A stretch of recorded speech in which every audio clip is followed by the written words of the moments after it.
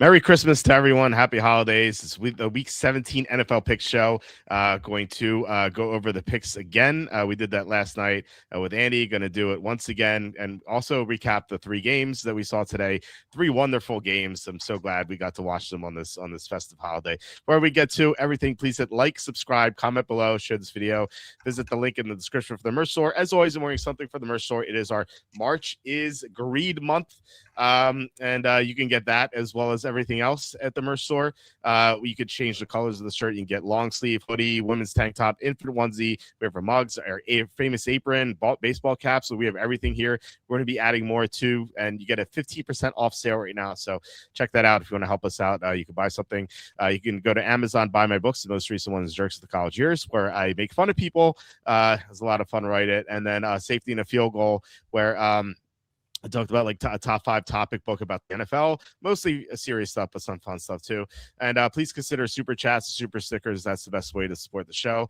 We had super chat yesterday, and the prior week from Kevin Kovac and Can't Make an Eagle. Before that, Anthony Jackson, Slew, and John Sanders. You guys are so awesome. I just really appreciate it. So thank you. And as I said yesterday and the day before, I sound like Ned Stark saying winter is coming. Well, Q1 is coming, and Q1 is when we get no ad revenue at all from anywhere. So if you guys really want to keep the show going, the super chats, super stickers are the best way. All right, we are joined by Evan Daniel. Evan wearing his Christmas hat, and of course I had to match it. I don't have a Santa hat. I thought I did. I have this Fez hat that I'm going to wear again. So look, it's the closest thing I have to a Christmas hat. Evan, how's it going? How's your week 16? What is that? What It's is like on your head? It's a Fez hat. That was my week 16 was okay. Started off great. I forgot most of week 16 after the wonderful football day we had today. I mean, 10 hours of Chris Oladukin and No. Max Brosmer. I think there was negative net passing yards in one of these games until the last play of a game. Just horrendous football today. I'm embarrassed to have watched the last 12 hours of football or 10 hours, whatever it's been.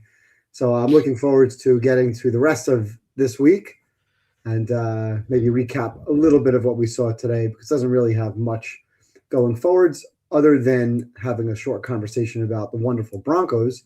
But we'll get to the Broncos maybe in a little bit. Yeah, well, you mentioned the bad quarterbacks. You could throw Bo Nix in there. He was horrendous. The only quarterback who played well today was Dak Prescott, and yet he took 6 sacks. So like it was, I don't know what happened. Maybe like road traveling on Christmas, like that messed them up, because all 3 road teams were big disappointments. None of them covered the spread. Maybe something to keep in mind for next year. Although next year I think they're going to have issues playing early Christmas games because that's on a Friday, and the law states 1961 Broadcasting Act says they can't broadcast Friday games in the afternoon or the evening. I can't remember which one it is. It's one of the two in the afternoon, I think. So How did Good Friday get away with it? What Good Friday had a game at 3:30. Yeah, Black Friday, because Black Friday. was because the game I think ended after sundown or so, or it ended before sundown. I think that's how they were able to get away with it. Like one of the two, I can't remember, but they either can't have it like after sundown or before sundown because of high school football. So that's basically the law from 1961. So it was a bad display of football today. We did well with the props. Unfortunately, lost at the Broncos minus 13.5. That's the only side I played. Did you play anything today besides the props? Well, I had some teaser action and lost on Detroit plus 7.5. I had that when the line opened at 5.5. I was immediately on it at 7.5. When the line moved in Detroit's favor, I had no interest. I wanted to get the plus touchdown. Somehow, despite having net negative passing yards until the last play of the game, or until the last pass with under 2 minutes to go from Brosmer, the Lions somehow decided not to show up today. I think Dan Campbell has done an absolutely abysmal job the last couple of weeks coaching that team. The play calling is horrendous, kind of starting with that Eagles game on Monday Night Football where they went 0 for 5 on 4th down. The play calling, and Dan Campbell took over play calling, I think, before that game. Maybe it was a few weeks before that game. It's the Washington game. Yeah. They're running into the line. Today they had 30 carries for like 2.3 yards per carry. I said this to you at halftime. We took a bet on Gibbs over receiving, which, by the way, he hit on the last play of the game or the last drive of the game. He had a 13-yard reception. He had over 22 and a half, and we hit it. But we didn't hit the ladders because they refused to throw him the ball. They ran the ball on 2nd and long, or they dropped back to pass, and credit to Brian Flores, that defense, they crowded the line of scrimmage. They had 7 guys on the line of scrimmage every single play. And then the Lions offensive line didn't know who was coming, who was dropping into coverage. You would think that, hey, let's throw a screen to our best player, our most explosive player. Let's throw him a screen pass and see what he can do instead of running into the line of scrimmage or dropping back and getting Goff sacked.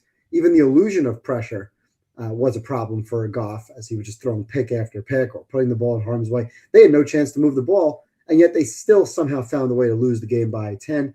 We did well with the props. We did well with Knicks rushing, R.J. Harvey receiving, got over on the last touchdown, that last yard there. We did okay on some of the earlier games with Dak getting to 300 yards and over whatever, I think it was 277. So we did well on some of the props. At least the games were close or relatively close. The Minnesota game wasn't close, but it wasn't it wasn't a blowout until late. Yeah. So at least the games weren't 45-10. That's even worse. Like, nobody wants to watch a fourth quarter that's a 3-touchdown game. But the football today, the offense that we watched today across the board, especially in the last 2 games, was just so bad. And I just worry that years down the road, we're going to have a 20-week, 18-game schedule. And it's going to be awful football. Most of the games are going to be awful between injuries and teams that are just out of it. And the NFL, we all know what's going to come. We all know 18-game schedule over 20 weeks is coming sooner rather than later. And we're going to have 3 or 4 weeks. We're going to have a month of football. It's going to look like college bowl season where the games are just absolutely a joke. Yeah, we're going to start like middle/end of August, and we're going to go a little further into February. I feel like that's what's going to happen. And you're right. It's going to be awful. There's going to be more injuries than ever. If they do that, I hope they at least fix the Thursday problem, because these guys are playing on 3 days of rest, which is ridiculous. So, okay, you took yours off. I take mine. It's too hot. Yeah, they'll probably figure out a way to fix the Thursday problem where you'll have teams that are getting a bye, and then they'll play Thursdays. Also, teams will likely have 2 byes. Teams will have 2 byes, 20 weeks, 18 games. So they should be able to stagger the schedule in a way that makes more sense. But you'll see games in late August, which makes no sense. Teams aren't ready to play. So you'll see more injuries in the early part of the season, and then just more games equals lesser competition down the road as teams fall out of it. And then, of course, injuries will happen. It's inevitable. So you'll end up with an unbalanced schedule of teams that play like tonight. Denver gets a chance to play Oladukin, and Detroit's playing against Max Brosmer, and Josh Johnson's in the game. Josh Johnson might be still playing when there's a 20-week schedule.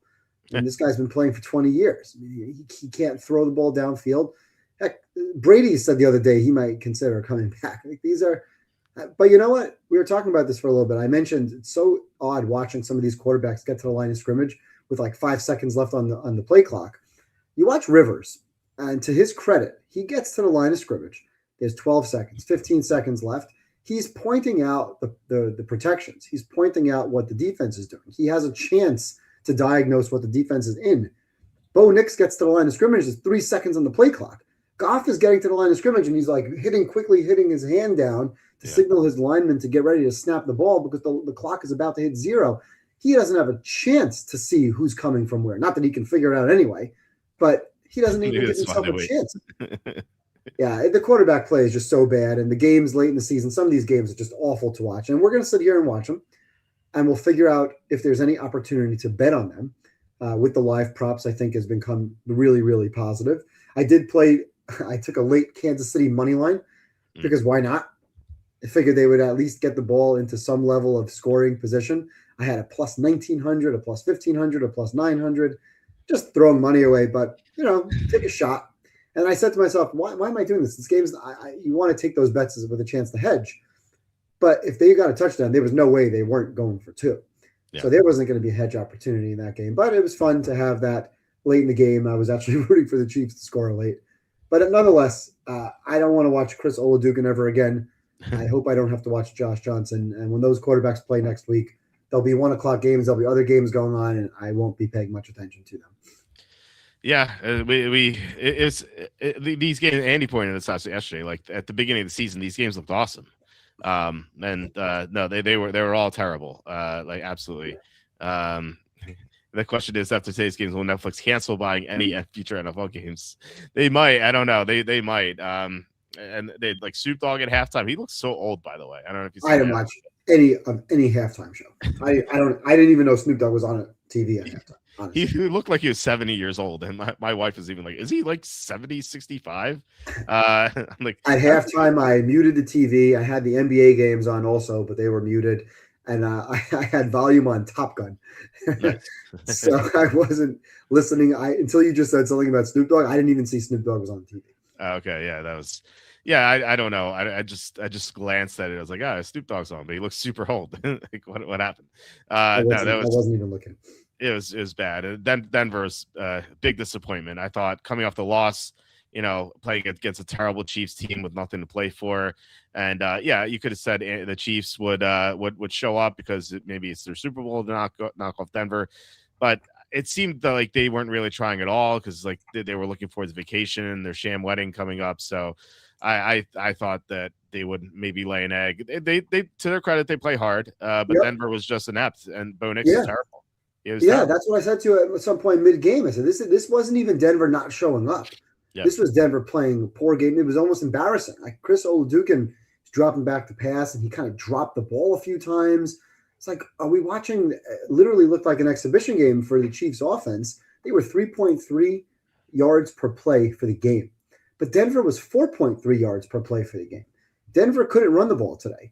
Denver was Bo Nix dropped back to pass 38 times and had 182 yards. That's less than 5 yards per attempt. That's the NFL average is over 7. To put that into perspective, 4.8 would be the worst in the league, and that's kind of comparable to what Bryce Young has been all season. Just throwing the ball, everything is short, nothing's downfield. He did have a nice pass into the end zone that got broken up, so that was he had one good pass into the end zone. He had another really, really nice throw on a third down towards Sutton, I believe, up the left sideline. That was into a tight window there. But the rest of his passes are inaccurate. He stands, he's kind of flat-footed with his throws. He throws the ball high. He throws the ball wide. He's just not an accurate thrower of the football. And also, he puts the ball in harm's way. He's kind of a one-trick, one-read pony. He's staring down his receiver, and he's inaccurate with the ball. Now, he does make plays with his legs. And to Denver's credit, they did convert 11 out of 18 third downs. So they were very good tonight on third down. But that's an embarrassing performance off of last week's loss, going on the road Christmas Day in Kansas City, a rival. This is not a letdown spot for Denver. Denver showed up to play, and they were bad. And I cannot wait to bet against this team in the playoffs because they'll get a bye, or they might not get a bye. They might not beat the Chargers next week. But there is a home game. They do have some extra time to prepare.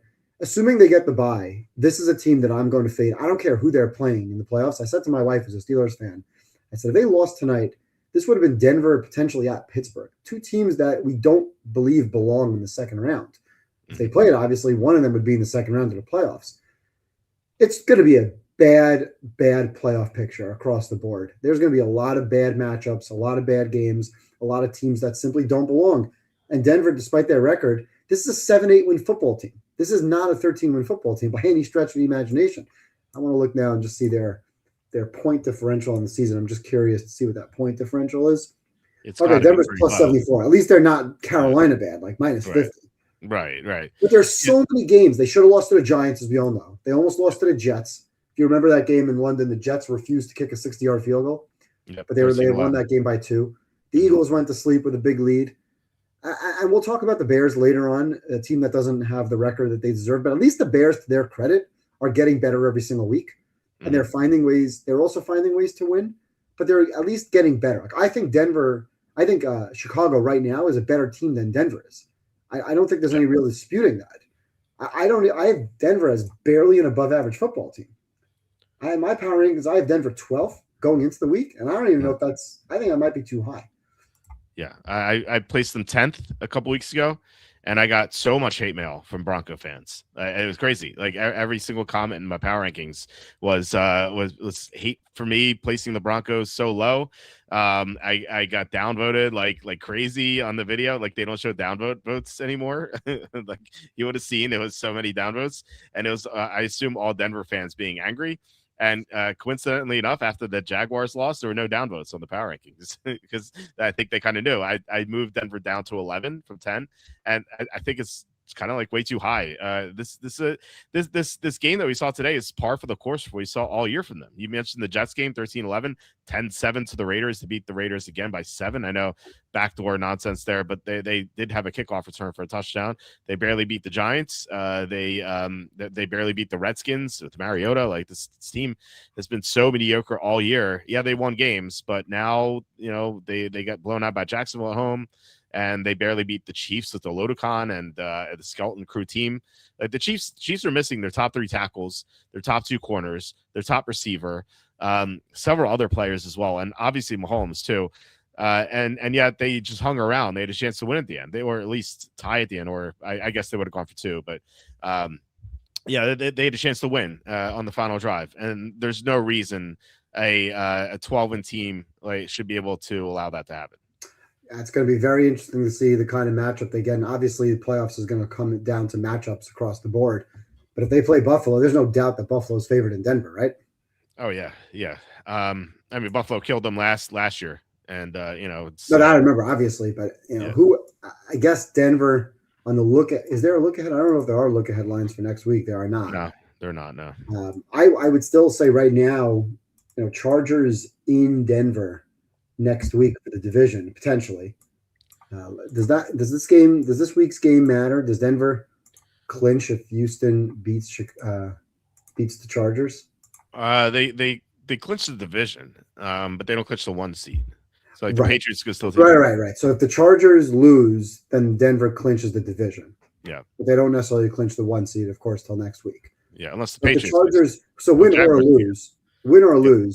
What would you make that line next week? Chargers in Denver, assuming obviously Herbert stays healthy. What do I think it will be, or what I think what I would make it? What would you make? What do you think it will be? What would you make it? I think it would be Denver -2.5 or -2 because of the record, and I would make it like I'd probably make it like Chargers -2.5. So I make it pick 'em in Denver. I make the game pick 'em. And I think they will also. I think Vegas will have Denver 1.5. I don't think it'll be 2.5. I think it'll be 1.5. And again, this assumes the Chargers win or lose by a field goal, right? I mean, obviously, if they lose by 14, if they get blown out, if they lose 24-13 this week, that game's going to come at least 3. Yeah. But if they play a close game, either way, 23-20. And spoiler alert, I have the game 23-20. I won't tell you who I have winning, but I have the game 23-20. If that's the case, then I think they go, and I think that line is somewhere, 1.5. I don't even think it gets to 2.5. Okay. Andy's saying Rams lost to Carolina, Blue leads to Seattle. We could pick every team apart. I mean, Denver just has no impressive wins this year outside of against Dallas at home. That was 1. And then at Philadelphia. But we kind of agree that the only impressive win is the Chiefs game. You think so? Because the Chiefs, I do. I think that was an impressive win. The Chiefs only won 1 game after that. I get it, but I would still believe that the Chiefs. I mean, especially power rating wise, prior to that game, Kansas City was favored in that game. Yeah. Now Mahomes threw for almost 300 yards in that game. They obviously don't have a running game. That game was obviously a close game. The Chiefs. That's a worthy win. I'll give them credit for that win. Okay, but not Dallas and not Philly. No, I'm not giving them credit for the Dallas win at all. Have you watched Dallas lately? I think you have. Right. And, it was a blowout. It's a blowout at least. That's the only blowout win they had, except for the Jake Browning victory, which that doesn't count. I'm not interested in them beating Dallas. Dallas has no defense, and every other game, I don't really see, a game where I'm really impressed. It's like, you know what? Like I was more impressed. We'll talk about New England, even though it was Huntley at the end of the game. I thought that was a really good win for New England, down by 11 late in that game. Mm-hmm. I thought that really kind of, all right, that's a deserving win. That's a win that you mark down and say, okay, we can look back on that as a team's potential. And yes, of course, we can pick apart every team, and Denver knows how to win late. Great. Denver is not an impressive football team. And a lot of those wins late are other teams kind of flopping more so than them winning. The Giants game was a Giants flop, right? The Right. Jets game was a Jets ineptitude. The Eagles went to sleep, and the Eagles have gone to sleep a couple of times offensively in some of these games. So where are we really impressed, right? 10-7 against the Raiders at home? That's a joke. The Texans game, Davis Mills had the ball, and for some reason they allowed him to throw the ball on his own 10-yard line, and that was Davis Mills. So that's not an impressive game right there. The Commanders, or the Redskins as you like to call them, that's pathetic. That's a pathetic win right there, 27-26.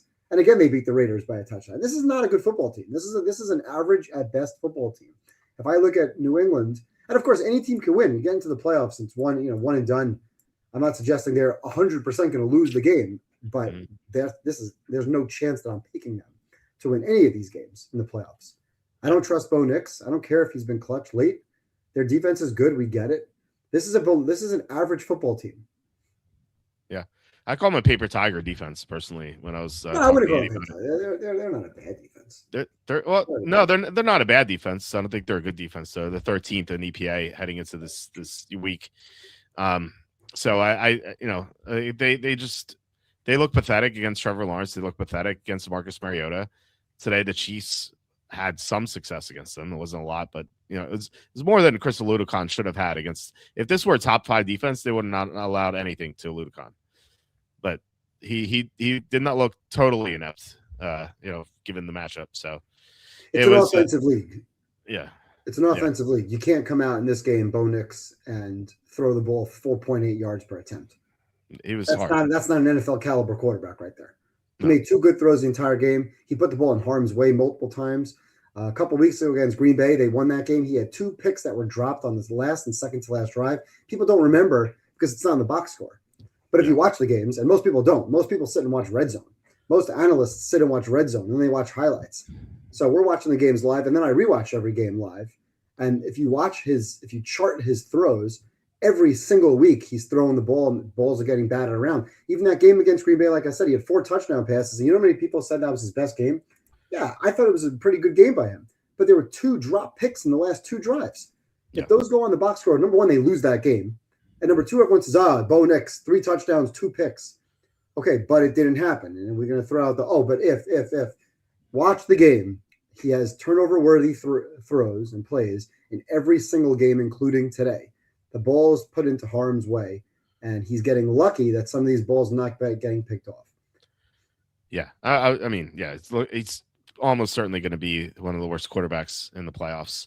He might Bryce Young might sneak in there, and I don't know how you feel about Rodgers at 44, but 41 or 42, I guess he is now. It's all going to come down to matchup. If they play Houston, it's going to be a 13-10 game. Detroit dropped interceptions. We actually, Kenny, who does the show with me on Tuesday for fantasy, he used to keep track of should have been interceptions, and I wish he still did that because I think Knicks would be close to the top. Won't Rivers do better at home this week versus Jacksonville than Knicks did last week? I like the over. We'll certainly get to it. I'm not optimistic about Rivers this week, but we'll see what we come up with in that analysis. So let's get to the games. There are 2 Saturday games that we're not done in the pre-Sunday slates. The Texans are at the Chargers. The Chargers are 1.5-point favorites. I think this is an awful matchup for the Chargers, given the injuries they have on the offensive line. They're missing their top 3 tackles. Actually, no, they're missing the top 4 tackles because Jamari Salyer got hurt last week. He was playing left tackle. He actually wasn't doing that bad. And then our friend Austin Deculus came in, and yet the Chargers still beat Dallas. But we saw Dallas today; they almost lost to Washington. So let's not be too optimistic here about the Chargers. And they beat the Chiefs and the Eagles, but we've seen the Chiefs and the Eagles. They are against good teams. They have been so flimsy this year. So these wins are nice. but I'm not a believer in the Chargers. Also, Denzel Perriman has been suspended. He's their big run stuffing linebacker. Without him, they are much worse against the run. So I think Houston doesn't run all that well. But if Woody Marks plays, and I believe that he is not on the injury report. Yeah, he's clear to play. He's not doesn't have an injury designation, so he will play. So I think Woody Marks could hit some explosive plays potentially. But the big factor here is the Houston edge rushers against the fourth and fifth string tackles for the Chargers. So I like Houston. I'm not like super eager about this, given that CJ Stroud is so erratic. But I do think Houston's the right side. What do you think about this game? Yeah, I'm on the other side of this game. Well, we'll chalk up Houston's game last week to kind of just a flat spot. Right now, they almost lost. If there was no pass interference, they had a defensive pass interference called on the last drive that they were able to hold on late. That defense last week didn't show up for some reason. They allowed Genty to run all over them. They allowed Genty to get loose in the secondary for a long, was it a 60-yard touchdown reception. Their offense was just bad again. And now their offense had been getting better. They've been blocking better. They've been moving the ball better. Last week kind of looked like Houston from the first month of the season rather than the last month of the season. But we'll chalk it up to just a flat spot against a bad team. Herbert has been great. Now, let's be fair, right? You mentioned Dallas's defense, so 7.3 yards per play and not taking any sacks. It is still Dallas's defense, but Herbert has been really, really good lately. They hadn't scored that much when they beat the Chiefs on the road. He found ways late.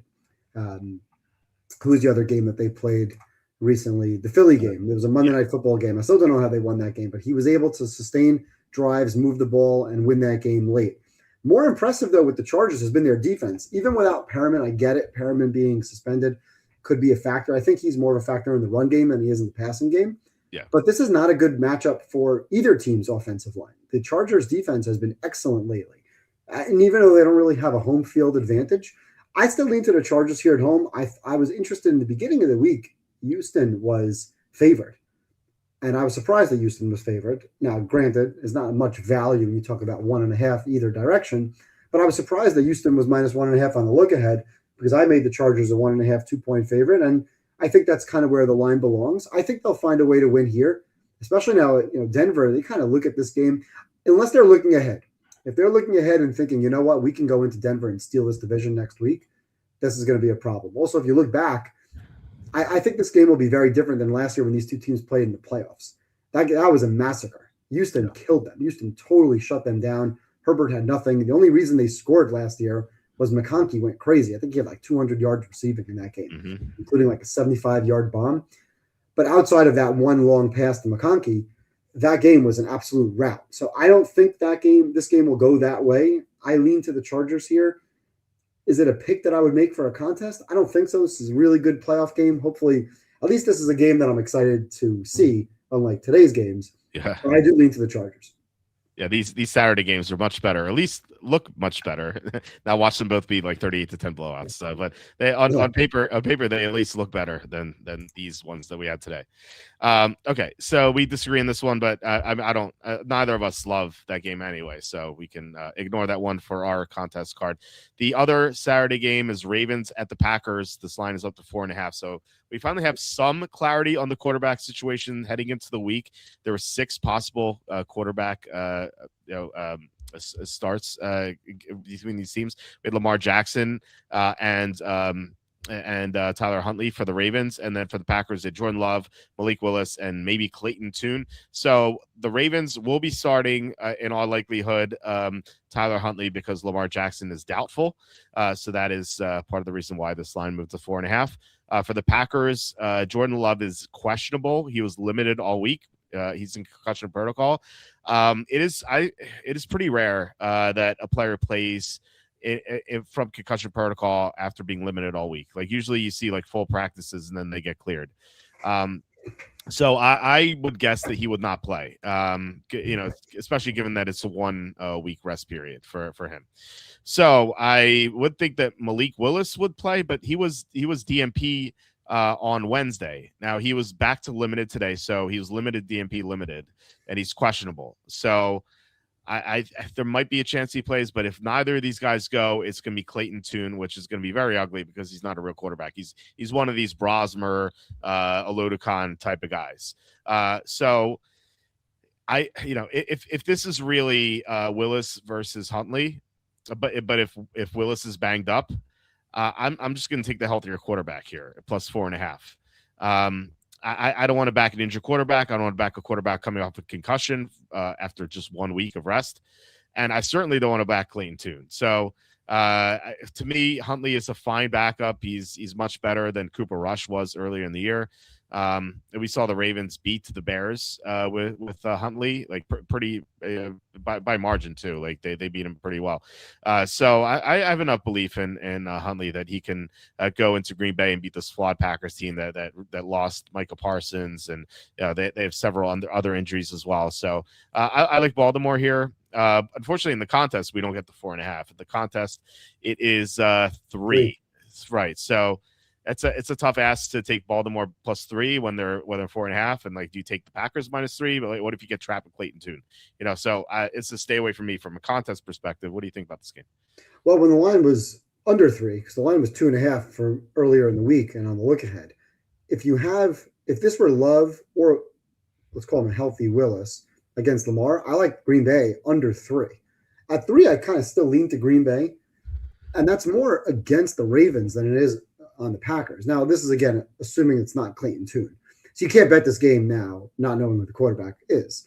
But if it's not Clayton Tune, I don't think there's much of a downgrade from Love to Willis. Now, we saw this last year, earlier in the season, and we saw it again last week. Willis, 9 for 11, 11 yards per attempt, 44 yards rushing. LaFleur has done a great job with Willis in the lineup. He's been pretty good. Now, I get it. It wasn't against a great Bears defense, but he was still pretty good in the game. So I don't think there's that much of a downgrade, because I'm not a Jordan Love guy. I think Jordan Love is very, very overrated. He's a guy with a career average of 225 yards per game. The guy doesn't light up the scoreboard, and he throws picks in big moments and big spots. He's done it in the playoffs numerous times. So I don't really trust Love throwing the ball downfield. Kraft was a huge loss. So obviously Watson's there, but Watson I don't think is great. Watson's a nice deep threat. But to me, this is more against the Ravens, because what we see last week, end of the game, they forgot to give Henry the ball. When have we seen that before? Oh, last year in the playoffs. And the year before in the playoffs. Oh, and the year before that in the playoffs. It's like every year this team gets to the championship game or divisional round, and Henry finds himself on the bench, or they simply don't run the football late in games. John Harbaugh has blown more 10-point leads in his coach. Now, he's been coaching for a long time, but I think he's the NFL coaching leader in blown 10-point games. They get up by 10 more than most people do, but this team has a tendency to just blow games. I haven't seen the Ravens looking like the Ravens now for a while. Even when they were winning some of these games with Lamar, he hasn't looked very good. I don't trust Huntley to win games on the road in a big spot. He can manage a game, but I would lean, if this is not Clayton Tune, I would lean towards the Packers here, even at -3. But I don't think we're going to know until pregame. So I don't know what they're going to say tomorrow. Maybe they'll announce tomorrow Willis is full practice. He's starting. He's fine. The spread suggests that Willis is playing against Huntley. And if that's the case, we have a stale line at 3. I like the 3. But from the perspective of who do you take now with the line at 4.5, you can't bet this game until you know who the quarterback is. If it's Clayton Tune, obviously you take the 4.5 points. But if it's Clayton Tune, the line's not going to be 4.5. Right. The line's probably going to be 1.5. So, yeah. Or maybe pick them. In which case, don't bet anything, right? But I don't trust Baltimore. I think the coaching staff has done a terrible job. Lamar hurt again. This team just doesn't look like the Baltimore that I expected to see. Do you think we're going to see, as Andy bring up, the sort of effort the Lions had today? So the only difference here, and it's a very small difference. Well, maybe it's not that small difference. The Lions needed 4 things to happen. They needed to win both games. They needed the Packers to lose both games. Here, the Ravens only need 3 things to happen because they played the Steelers in Week 18. So if they beat the Ravens and the Steelers lose to the Browns, all they need to do is win in Week 18. So they have a better chance than the Lions did. But given that the Ravens have the kind of shown their true form, I feel like they're so hard to trust. I just think at 4.5 with an injured quarterback, like if Willis is playing but he's not 100%, like I don't want to back an injured quarterback at 4.5. But then again, I'm not dying to bet Baltimore either, so this is not going to be a substantial play for me either way, unless it's Tune. If it's Tune, I'm definitely betting Baltimore. Tune's terrible. It's a good point on the Lions because we kind of saw the life being drained from them once they were behind in that game Yeah. and they really couldn't get anything going offensively. If you see a similar factor with Green Bay maybe taking a lead, maybe up by 7, 10, 13 points, somewhere in that ballpark, 2-score lead, I might pile on, or when I say pile on, get on the Baltimore team total under and kind of watch them. If they're playoff hopes, if they feel like that game is slipping away, you might get a very poor effort tackling defensively. Um, they might not be able to move the football and get first downs. Green Bay may come to life. Lambeau Field. It's cold. It's nighttime. I could picture Lamar with one of those head masks on, those like huge ski masks that he wears, Yeah. just freezing in the cold in Lambeau Field, looking like playoff Lamar sitting on a bench, not running the football, losing another big game. So I can absolutely see this game getting away from them. But yeah, you can't really bet this game not knowing who the quarterback is. And either way, from our perspective, the line's 3, not 4.5 anyway. There's no way we're taking Green Bay or we're taking Baltimore as a contest pick. I may take Packers -3 in the Super Contest. Okay. Yeah, they need to downgrade the Ravens like 2 points whenever he wears those stupid those those neck turtleneck things. They look so bad. He looks like a little kid, like bundled up in the snow and like can barely move. It's the bad look for them for sure. All right, Looks like Tua, who doesn't want to be there. yeah, that's definitely true. All right, let's get to the Sunday slate. We have the Cardinals at the Bengals. This line is 7.5 in most places, but still 7 -120 FanDuel. 7 -120 Bet Rivers. I might have to bet that now. So we have lots of injuries here for Arizona, and by the way, 7.5 in the contest, both of them. Lots of injuries for Arizona. Last week, I took Arizona for a substantial play, and they looked good for a while. And then half their defense got injured. They lost Buda Baker to concussion. They lost Garrett Williams, one of the starting corners, to a torn Achilles. They lost their star defensive lineman, Walter Nolan. He got carted off the field in tears. And then Josh Sweat was helped off the field. He is not going to play in this game. Neither is Nolan. Neither is Buda Baker, who's hasn't practiced yet at all. And Garrett Williams obviously out for the year. So this is a skeleton crew Arizona defense. They have nothing going on, and they're already bad. Like this defense is already bad. Now they're going to be far worse than they are order. And like it's not like they're losing mediocre players here. Like these are like really good players for the defense. Like some of their top talents, like they're gone. So you have Cincinnati here. They looked really good in the second half last week. They got off to a slow start, but they caught fire in the second half. And outside of the one Baltimore game, Joe Burrow's played really well. Like he had that great game against Buffalo until those 2 weird interceptions. And the first game against Baltimore, he's a little rusty, and then he caught fire in the second half. Like I think we're going to continue to see Burrow play really well here. And this, I feel like this should be an easy win here against this like sorry Arizona team. Like they're not going to keep up with Cincinnati, I don't think. So I like the Bengals even at 7.5 in the contest. I think this could be a blowout. What do you think about this game? What's the weather situation in this game? Because now you have one of these West Coast or Yep. warmer weather, not West Coast, southern warm weather cities coming up and playing in Cincinnati. I am looking now. It looks like the weather is going to be thunderstorms or a chance of thunderstorms, but kind of mild, 60 degrees. So if this were in like really cold weather, I would like it even more. But I do agree with you. I like the Bengals here to put up points. And really, that's what it starts with. If the Bengals show up in 4 out of their 5 wins, take away the first week of the season, they're scoring 30-plus points. So when you watch the Bengals, if they come to play, Burrow, Higgins, Chase, and Chase Brown, you're looking at 27, 30, 31, 34 points. Arizona can't keep up with that. And we saw that last week. Arizona 0 for 2 in the red zone when they got to the red zone. We've seen a bunch of times with Arizona being down big where they'll move the ball, they'll pick up yards, but they won't score touchdowns in the red zone. And they allowed last week Atlanta to go 2 for 5 on 4th down and were 3 for 3 in the red zone. That was your game right there. It was the red zone. One team 0 for 2, one team 3 for 3, ball game. So, and with all the injuries, with the kind of playing out the string, what have they lost now? 11 out of 12 games. I don't expect them to win this game. I think the line is a little expensive, making it 7.5, but I guess it's warranted given that they're not going to give you any freebies now betting against Arizona. Arizona's a bad football team. I know you've said a couple of times in the past, including maybe last week, that they're 7 plays away from the 7 wins or 6 wins, something like that. But this is just a bad football team. They don't finish drives. They're poor in the red zone, as I mentioned. Their defense is garbage, and they're missing half their team. So they have no real weapons, offensively or defensively. It's just a matter of, do you think Cincinnati has given up? Now, 2 weeks ago they did. Last week off the shutout loss, they were much, much better, especially in the second half, piling on. I can see a similar situation here with that offense piling on points and again putting up 30 plus. And if they do, I don't love the 7.5, but I would agree with you and yield towards laying the points. Yeah, they were a lot better earlier in the year when they had more healthier defensive players, and their two tackles weren't missing, and their two guards weren't missing. So they've had a lot of injuries. Their center's now injured. Like the team has like nothing left. It's pretty sad what happened to them because they had a lot of close calls. Like they almost beat Green Bay, they almost beat Indianapolis, they almost beat Seattle the first time. Like this team has been so close in so many games, but they've fallen apart. Like they're just a mere shell of what they were earlier in the season. Can make Eagle likes McBride over yards and anytime touchdown. Yeah, that's a good live bet late. Yeah, I don't like betting anytime touchdowns, but yards for sure. The Bengals are dead last against tight ends, so it depends what the odds are for any time touchdown. But usually those. Well, I wouldn't take the anytime touchdown either. Yeah, they're usually like bad odds. I think people are like kind of duped into taking them. I don't like it. The only time I bet the anytime touchdown is those promos the FanDuel has, like you score the first touchdown or last touchdown on Thursday Night Football. Did you ever play one of those?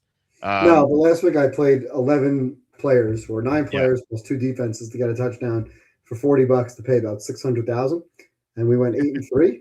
Nice. Not bad, including hitting Houston's defense. We did not get the Saints defense. Tried for the Saints defense against Brady Cook. And ironically, the other 2 players that we missed were Bucky Irving, who got stopped at the 1-yard line, and Justin Jefferson, who had a ball thrown about 20 feet over his head in the end zone. So that was great. Otherwise, 8-3, my son and I put together before, like 5 minutes before the game. It's like, let's throw a couple of a lot of those players were like long shots, including, like I said, Houston's defense. So right. I'll do them for fun, but if you're asking me to take a bet on an anytime touchdown, you got to be out of your mind. Because what are you going to get, 4-1? That's ridiculous. That's crazy. Yeah. You might as well ladder the yards. What are McBride's yards going to be? 80, something in that ballpark, 70. Probably, so when they're behind and wait for them to be behind, when you know they're throwing the ball, that's when you play over 70, over 80, ladder to 100, 125, and take it from there. But I'm not playing anytime touchdowns on a singular player. Yeah, same here. So I assume this is a definite for us, minus 7.5. I mean, you can put it as a definite. I mean, for me, I don't really. I think I have 4 games really that I kind of like this week, maybe 5. It's not really one of them because again, the line is 7.5. The back door is open. We know the back door is going to be open. Now, the question is it going to be 34-17 or is it going to be 34-20? Right. At 34-20, the back door is open. At 34-17, the back door is closed. I expect the Bengals to put up 30 points, 27 to 30 points. Yeah. I don't think Arizona can hang with them, but Cincinnati, it's not like Cincinnati's defense is a bunch of world beaters. So I am skeptical of the 7.5. Today, similarly, when I saw the line late for Lions-Vikings at 7.5, I didn't really like the 7.5 because that defense has been so bad lately. I just didn't trust them on a back door, even against Brosmer. And I kind of feel similarly about the Cardinals. I would agree with you and take the Bengals. Do I love it? Not really. We'll see if there's other games that are better, but you can put it down as a maybe. Okay, yeah. Well, these days, 7 is a little less significant because, when usually teams are down 14, they score a touchdown, they usually go for 2. So it's either like 6 or 8. Not always though. Sometimes they'll kick their point. So yeah, I just don't know what Arizona will do. But anyway, so yeah, we both like this game, so we'll put it down as a definite for now. Which I guess for now, I guess it's not really definite, but we'll put it on the definite list. All right, next game is Seattle at Carolina, another 7-point line here. Seattle's favored by 7 in Carolina. This is the same line that Seattle was in Atlanta, which is kind of interesting. But so this is a very strange game because Carolina, this game doesn't matter to them at all for the division unless Tampa loses, but that game is firing at the same time. Right. And so they I don't know if they can assume that, but like if they flash the score at halftime and like Tampa's losing like by 20, I don't think they'll pull their starters, but they might be a little happy and it may not matter too much to them. Well, I mean the other way. Sorry, if Tampa's winning by 20, then it won't matter, right? So, but then for Seattle, this game won't matter for the number 1 seed because that would be coming down to the San Francisco game, Not true. unless the Rams Right, win which is both Monday night. games. Right. Seattle's got to So win the game. right. So yeah, they have to win the game, but like the win doesn't really get them anything. It really depends on next week for San Francisco. So in other words, they can't clinch anything right now. This is a strange game. Seattle's in an awful spot. They're coming off that overtime comeback win, greatest fourth quarter comeback in franchise history. And next week they have San Francisco. So this is an ultimate sandwich game. So I don't expect them to play at their best, but I don't know if they need to be at their best to beat Carolina by 7 or more. I mean, this is a Carolina team that we both agree is just not nearly as good as the record is. So I think actually I forget what I have in this game. I really like this is if you were to rank all the games, this would be like dead last for me as far as handicapping the game is concerned. I have Seattle -7 for no units. I don't know if you have anything on this game. Okay, so let's start with the spot. Obviously, we know it's a bad spot both ways because Seattle's coming off the crazy win, and Carolina is coming off of a great win in a divisional game against the team that they're fighting with. So, bad spot both ways. Throw it out. Motivation. First of all, you can't really handicap the motivation. There's a 0 chance that these teams are coming into the game and thinking, this is really not that big of a game. There's no way they're thinking that. Seattle is coming into this game thinking we control our destiny and we need to win the game. Carolina is coming into the game thinking we have a chance to win the division at home because Tampa has lost 6 out of 7 games and they're going on the road. So let's focus on winning this game. So the preparation and the mindset is we have to win the game. So I don't think those could be handicaps as a negative for either team. So let's move on to power ratings. Now, obviously we've talked about how bad the Panthers are, and they're bad. They're not even average. They're bad. They're below average team. And if anyone's disputing that, go look at their point differential. Okay. So this is a bad team. I have this team right now at number 22, and that's by default the 22. If Jaden Daniels were healthy and Mahomes were healthy, those teams would be ahead of Carolina. They'd be down at 24, maybe even 25 or 26. So this isn't the bottom quartile of the league team. Now Seattle, I have it 4th best. So for my power ratings, I have a top 4 team against one of the bottom teams. Yet my power rating only makes the game 4.5. I don't know how you get to 7 in this game. Now I agree this should be a similar line to the Atlanta game because I have Atlanta and Carolina power rated relatively similarly, maybe Atlanta a point better or so. But this game is in Carolina. That buys them about 1.5. So 7 maybe on a neutral. Now you have Sam Darnold laying 7 points on the road. We've seen Seattle on the road in games that they should have won by margin, and they haven't.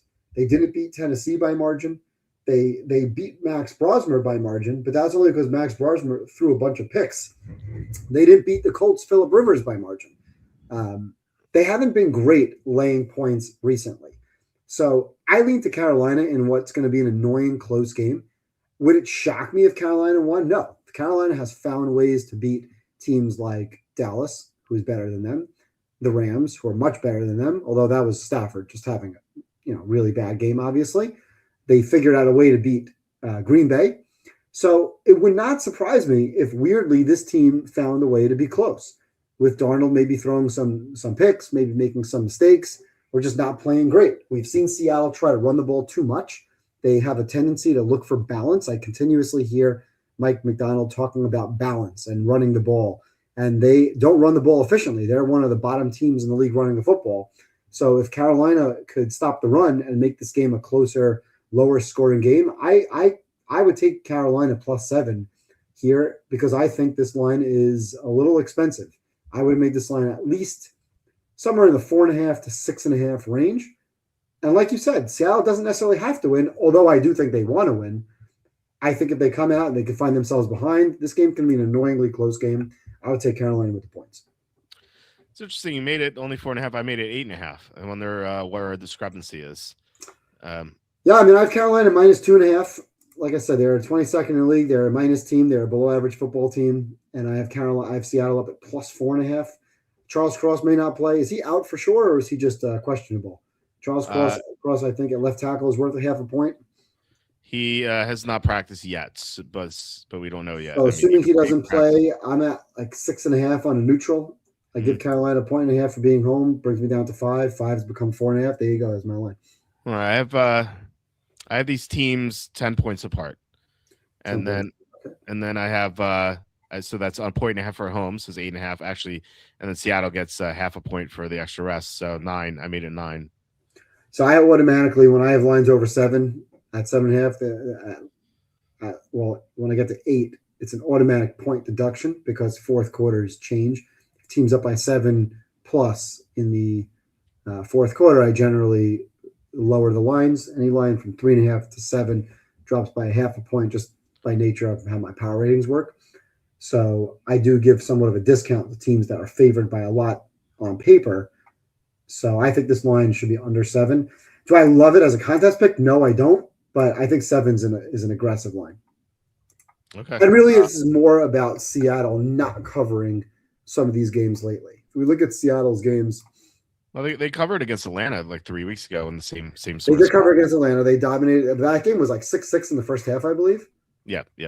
So that game was 6-6 early, and then they found a way to pull away. But if you look at the Tennessee game, they were up by margin, and then they gave it back. That game, punt return. That was via punt return, So. Yeah, I hear you. But punt returns happen. Yeah. The Indianapolis game was 18-16. That was in Seattle. That was pathetic. That was not good. That was not a good look. That was a bad look. Yeah. That was a very bad look. They just not, to me, they're not the same team as the one that went out and beat Arizona by 20. And that game, they were up by 30 at halftime. Washington, they dominated.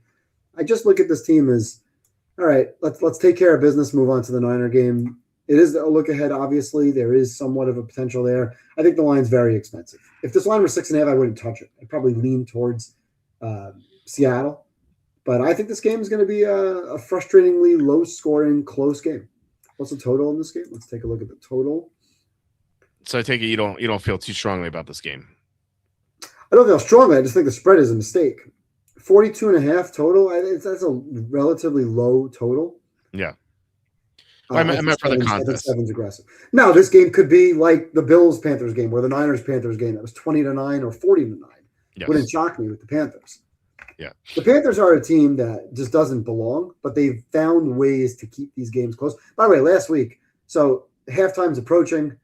It's they're playing for a field goal. Everybody knows they're playing for a field goal, except for Todd Bowles. Todd Bowles doesn't know they're playing for a field goal. He's thinking, you know what? Let me go cover 0 and leave Ted McMillan wide open one-on-one. And there's no timeouts. Carolina, no timeouts left. Yeah. The only pass they can make is one that goes out of bounds or one that goes into the end zone. And he goes cover 0. What a moron, this Todd Bowles. So yeah, they had Liam Cohen there. They had the Dave Canales there, and they kept Todd Bowles. I kept Todd Bowles. Detroit kept Dan Campbell. Yeah. They should have fired Campbell and hired Ben Johnson. Well, I mean, I like Campbell, but he needs a play caller is what he needs. He needs to find a coordinator for sure. Okay, let's get to the next game, which is Steelers. Hold on. You wouldn't consider Carolina plus that. I mean, I've Seattle for no units right now. Okay. So I don't know. The fact that this game really doesn't mean that much to Carolina, like they could just win next week and it really might because the Bucs are so bad. That's true, but they so bad. Yeah, they can't count on that. But by the way, if the Bucs are losing, they're going to flash that score, and the crowd's going to go bananas. Oh, absolutely, yeah. And it's going to motivate that team. Yeah, they do have a safety net though. Like I don't know. It's can you be 100% when you have a safety net? I don't know. Maybe not if they see not if they see 17-10 halftime or 14-3 Miami at halftime. Yeah, I agree. I mean, that game. Well, we'll get to it. So it could be something that we discuss further. So anyway, we have Steelers at the Browns. The Steelers are -3 across the board. They're also. I wrote down the wrong line. I wrote down 7. That's got to be a mistake. So it's 3. Okay, it's 3 in the contest. Okay, so a couple things here. If Baltimore loses, then the Steelers clinch the division. So, but we won't know that by the time we submit the card. So that's the problem. What we do know is that DK Metcalf is out. He's been suspended for punching the fan. So the Steelers have 0 threats at receiver now. Like Metcalf is a really good player, but without him, it feels like George Pickens being out last year. Remember when like the Steelers offense was not like bad when Pickens was on the field, but when Pickens was off the field, they couldn't score at all, like no matter who they played. So I think we're going to see the same sort of offense here. Obviously, Rodgers I trust more than Russell Wilson. Kenneth Gainwell's got more involved, but against the Browns, who showed some mettle last week, they almost beat the Bills. When you're going to have Myles Garrett going after the sack record here against the biggest rival, like the Browns are going to show up and they're going to want to beat the Steelers.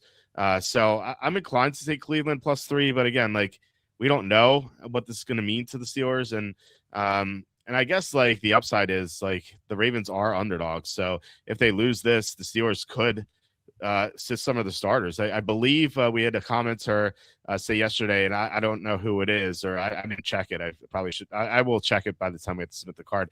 But the commenter said that Mike Tomlin said that if the game doesn't mean anything, he'd look to potentially sit some starters. So I think there's some upside in taking Cleveland +3. And even if Baltimore wins, I think Cleveland could potentially win this game. So what do you think about this one? No, I do not agree with that at all. Aaron Rodgers has never lost to Cleveland in his career. And the only reason I'm not taking Pittsburgh -3 is for the reason that you mentioned about Baltimore.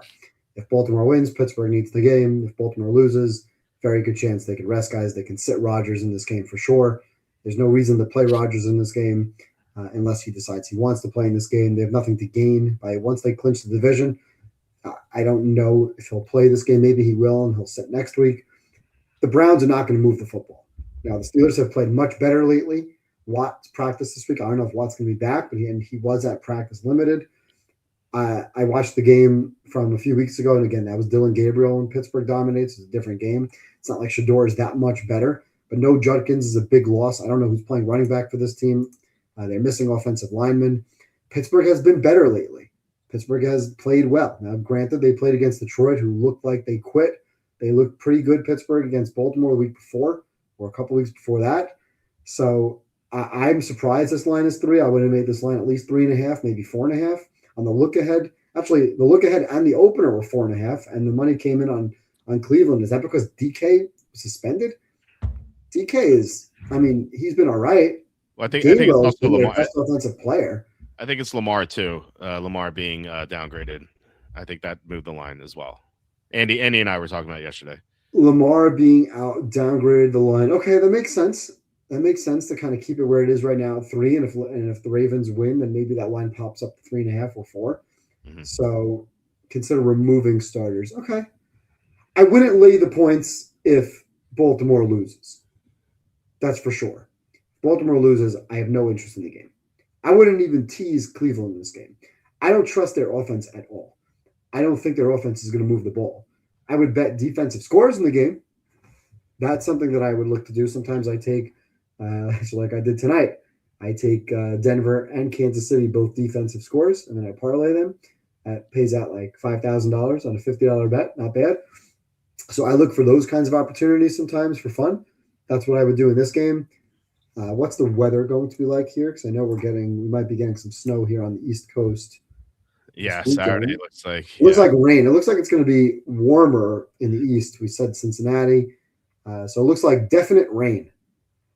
Definite rain. I don't want to have money on Shador Sanders in the rain. That guy holds the ball way too long, and the holding the ball way too long equals fumbles. Strip sack for fumbles. Defensive scores. No interest in Cleveland at all. Not happening. If Baltimore wins, I love the Steelers -3. Can I remind you that I know what you're about to say. Mike Tomlin off a win on the road? The road favorite. Mike Tomlin off a win as a road favorite, 15-29 against the spread in his career. That is horrible. Also, Can Make an Eagle. Cleveland has won at home in the past 3 years in the matchups. Actually, 5 of the last 6 times these teams played in Cleveland, the Browns have won. I identified this game 2 months ago when I was planning Survivor, and I would have had Cincinnati this week in Survivor. And I said at the time that I was going to wait. I was going to save the Rams. If you remember back to like week 13, I remember. We're talking about saving the Rams and using Miami that week or somebody else. And because week 17 was going to be a nightmare, unless Cincinnati on Thanksgiving looked half decent, did they become a viable option? And they did. because I said the only other option is going to be Pittsburgh. And I have no interest in Pittsburgh on the road in this situation. And I wouldn't want to take Pittsburgh in this situation from a survivor perspective, but I would take Pittsburgh to win the game unless there's a chance they're removing or resting starters.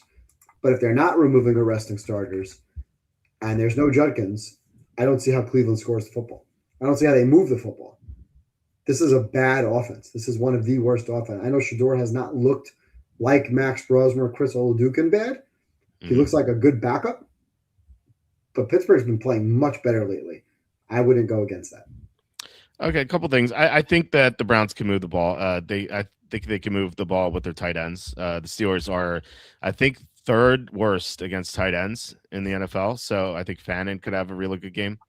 And the Steelers like looking better recently. I think we should be, not like misled by the results. They went into Detroit and won. We saw Detroit today. Like that was pitiful. And then they beat Miami Monday night. They went to Miami. They beat Miami Monday night, and we saw Miami against Cincinnati get blown out. Like, I don't know. Yeah, they won some games here, but I don't know. I mean, I'm skeptical. Yeah, I wouldn't be impressed by the Miami game. Remember, that was 20 degrees, and two had no chance in that weather. They were very impressive last week. Let's be fair. They absolutely shut down Detroit's run game, which we saw today. Detroit doesn't have a run game, but they shut it down. Yep. So they took care of business. They moved the ball up and down the field. Rodgers looked good. They ran the ball well. Maybe it was Detroit quitting or not being interested in that game, but Pittsburgh looked good in that game. They beat Baltimore the week before on the road, an impressive win. So I'm going to give them credit for looking better. I have Pittsburgh as an average team, and I would have made this line at least 3.5, 4 points. So I'm surprised this line is 3, and the only explanation could be the fact that they could be resting starters. Detroit looked like crap today because they lost last week. I don't know. Well, they also looked like crap last week. Right. They looked like crap for a while. Yeah, they didn't tackle last week. I mean, there were 2 drives where they gave 40-yard touchdown runs to Jalen Warren. It's not impressive. Yeah, Warren had 143 yards on 14 carries. And we didn't matter. Yeah, if this guy had a regular workload, like he would have broken Adrian Peterson's single game record. Against this team. That's how bad they were. I don't think Rodgers wants to take a sack against Garrett. He'll get the ball out nice and quick. He'll be looking at Gainwell in the screen game. I don't know. I remember Brett Favre took that fake sack against Strahan. Former Packer, maybe he takes the fake sack. I don't know. Anyway, doesn't seem like that's his MO. I know he seems a lot different than Favre for sure. Anyway, we have the next game. Saints at the Titans. This line is Saints -2.5. Saints playing a lot better as both these teams are playing better.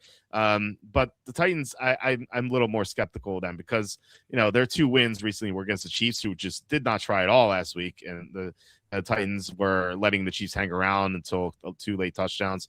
And then they also beat the Browns, and the Browns in that game, they lost like half their team to injuries. So those are their 2 wins recently. And look at their last 4 games. The other 2 games, they lost to the Niners by 13, and they got blown out by Jacksonville at home. So, yeah, the Titans are better than they were, but they're still not really good. They're still a really bad team. The Saints, on the other hand, they're ranked 7th now in defense. Tyler Shuck's playing better each week. Their offensive line is playing pretty well. Chris Olave looks great. This Saints team, I wrote on the site, I don't know if you agree, but I think they are the best team in that division right now. And it's a shame that they're eliminated from the playoffs because I would like to see them in over Carolina or Tampa, just given how well they're playing right now. And so they are favored on the road here, which seems a little weird, but I think it's warranted. They were favored by 6.5 against the Jets, and they clobbered the Jets. I think they can go into Tennessee and win this game. Now I know that they're not at home; they don't have that home field advantage, but it's not like Tennessee is a good home field either. And I just think that you have Cam Ward, who holds the ball longer than anyone against the Saints defense that's getting a lot of pressure. I like the Saints here. What do you think? Yeah, I've been betting the Saints the last 3 weeks. 2 weeks ago against Carolina, +3. Last week, I told you this was one of my best picks last week, -4, 4.5 against the Jets. I have a season win total under 5.5 wins, which I'm about to lose. So I'm betting the Saints again this week. So, but again, that's one of the reasons why I like having some of those futures tickets, because you can use them as equity, and it's kind of a natural hedge. But I do like the Saints to win this week. They're a team on the rise. They're a team playing better. You mentioned the defense is playing better. Despite the fact that it was the Jets, Shuck still threw for 300-plus yards last week. He looks like an NFL quarterback. Does he look good? I don't know if I would call him good. He certainly looks serviceable. He looks better than Spencer Rattler. He looks better than a bunch of other young quarterbacks that we've seen. So this team is playing hard. They're a team on the rise. And now you have the Titans that's coming off of a big win. How do they react to that? I don't like that generally. The reason why I don't love this is because it is a road game. And let's be fair, in the first half, the Saints didn't look great. It's a 60-minute game. It's not a 30-minute game. They looked great in the second half. They pulled away. They took care of business. I do lean to the Saints, anything under a field goal, but I think this line is correct. I don't think there's a lot of value here. I think they'll win a close game, a low-scoring game, maybe 23-16, 23-20, somewhere in that ballpark. I don't think they're putting up 30 points, right? Yeah. And Tennessee's win last week was more because the Chiefs were absolutely lifeless, just totally lifeless. So, and in this game, the best matchup advantage is the Saints defense. So I do like the Saints here. I lean to the Saints. I would consider the Saints as a contest pick. Anything under 3, which it is in the contest here, 2.5. I don't love it, but I am betting it, again, more so to hedge against my futures ticket. Okay. Yeah, I'll put it down as a maybe. It's I think it's 1.5, isn't it? This line? 2.5.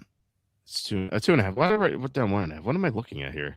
I've written down wrong lines for a couple of these. I have to recheck. So anyway, it's okay. It's 2.5. I'll put it down as a maybe. Okay, so all right, let's get to the next game. We have here we go. Buccaneers at the Dolphins. Buccaneers taking money here. They're off to 6. 6-point favorites. Tampa. The Tampa Bay was 6-2. They're now 7-8. So by that math, 1-6 in their previous 7 games.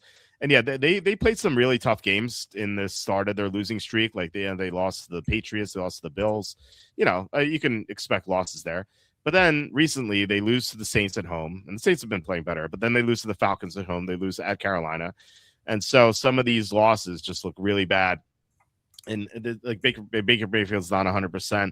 This team's just not playing well. Like to cover 6 on the road, I know they're playing Miami, and Quinn Ewers is terrible, but I think this could be similar to the Detroit-Minnesota game today. Well, now Miami's defense is not nearly as good as Minnesota's, but I mean, as far as saying like you have a collapsing team that is favored on the road by about the same amount, I just think that they could just have a really bad performance, and Miami just strings together something to cover the spread, maybe even win outright. Wouldn't shock me at all if Tampa loses outright in this game. So I think this is Miami or nothing. I don't really want to bet a lot of money on Quinn Ewers, but if it's a small bet, I can maybe handle it. Considering a small bet, what do you think about this game? I can't understand how the spread is 5.5, 6. I made this line 3.5, and even at 3.5, I like Miami.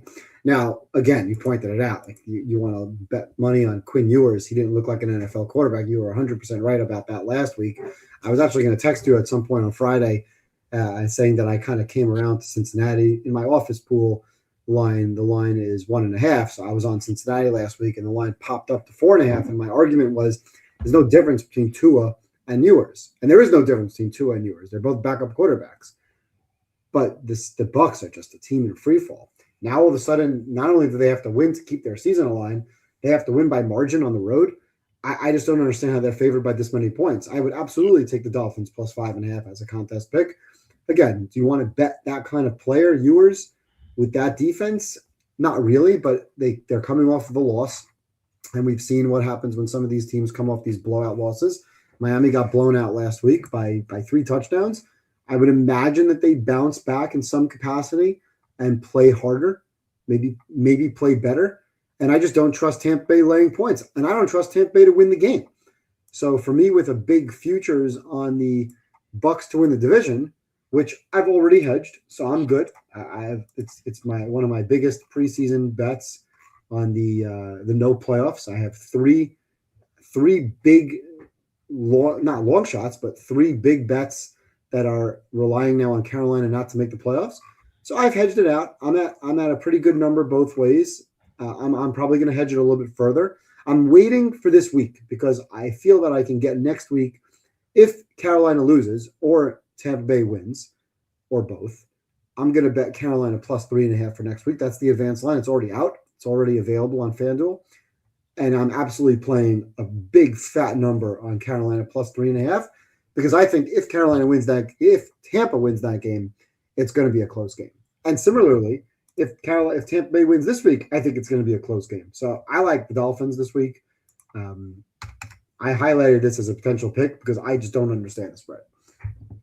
What do I have for this? I made it 5.5. But that's Quinn Ewers. Just I downgraded that the Miami a lot for Quinn Ewers, but really, I like Tampa just doesn't have the defense. Like if it's a terrible quarterback against a like a good defense, then it's hard to back them. Although Aludicon covered tonight and but still, Tampa's defense is ranked 30th in EPA right now. They are horrible. Like Baker Mayfield's not playing well, but he's not the only problem. It's the defense can't stop anything. Vita Vea, we pointed this out a lot this year. Like he's not healthy. This is the reason why they're bad against the run now. Is because he was, remember, like earlier in the year, he was like always on the injury report with the back, and like he's not there anymore. But I just don't think he's healthy. So that's the fact. Going back to their 6 out of 7 losses. Obviously, the first 3 losses were against very good teams. They gave 28 to New England, 44 at Buffalo, and 34 at the Rams. So okay, not we should give them a pass for giving up 44 points, but that's still giving up 44 points. They gave up 78 points back-to-back weeks. After that, they did not play well against Arizona. They almost blew that game. They blew the game against New Orleans, who had played better, but that game was a home game. Yeah. They were an 8.5-point favorite in that game. And then they gave up 29 points. They blew the game again. They were up by double digits, and they blew a game late to Kirk Cousins. And then, of course, last week they didn't play well against Bryce Young. So this is just a team in absolute free fall. They haven't covered a game since late October, right? Yeah. That's in all those 7 games, obviously losing 6 of them. They haven't covered once. And they were underdogs, and most of those are as favorites. So they're losing as favorites. They were a favorite 1, 2, 3, 4. The last 4 games they're favored. They either lost outright, or of course they didn't cover against Arizona.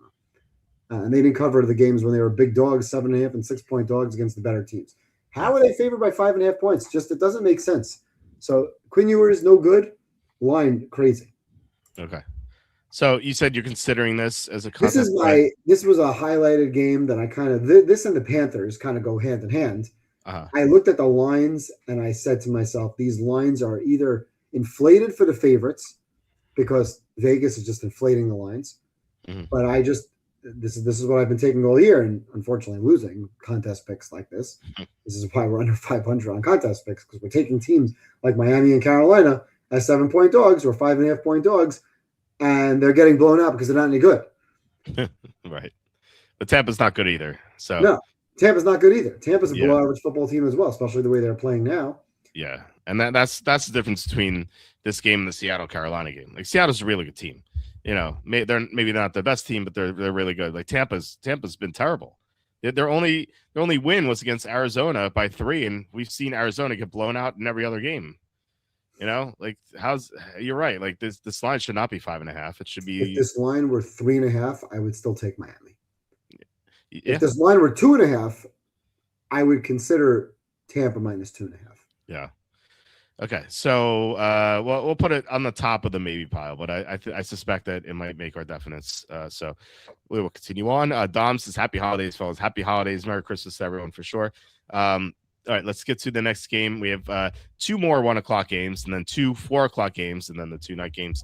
So we have Jacksonville at the Colts. This line is Jacksonville minus 6.5, which is sort of what the opening was for 49ers at the Colts last week.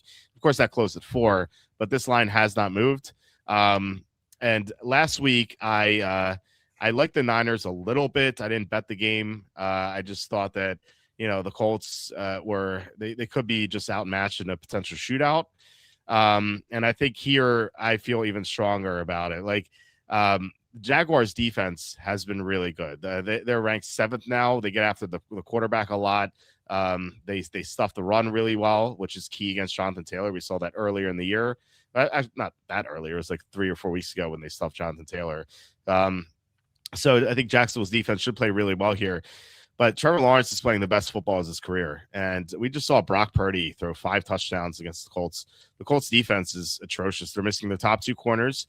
And it looks like DeForest Buckner's not going to play again. He's DNP. And he played Monday night, but he's DNP twice. So I don't think he's going to play. So I feel like Jacksonville should be able to score at will here against the Colts. So this is basically a redux of 49ers and Colts, except with a good defense, with Jacksonville's defense, whereas the 49ers couldn't pressure the quarterback outside of like what they get 2 sacks or something. So yeah, I just think Jacksonville, a much better team. Plus the Colts, 1 fewer day of preparation, which I think is a big deal for a newish quarterback to the team and a team that's really not that good right now. So I've been backing the Jaguars every single week recently. I bet them to win the Super Bowl 20-1. I love this team. They're my Jacksonville Jaguars. Sound like Kevin Riley there. My Jacksonville Jaguars. I'm going to take them -6.5.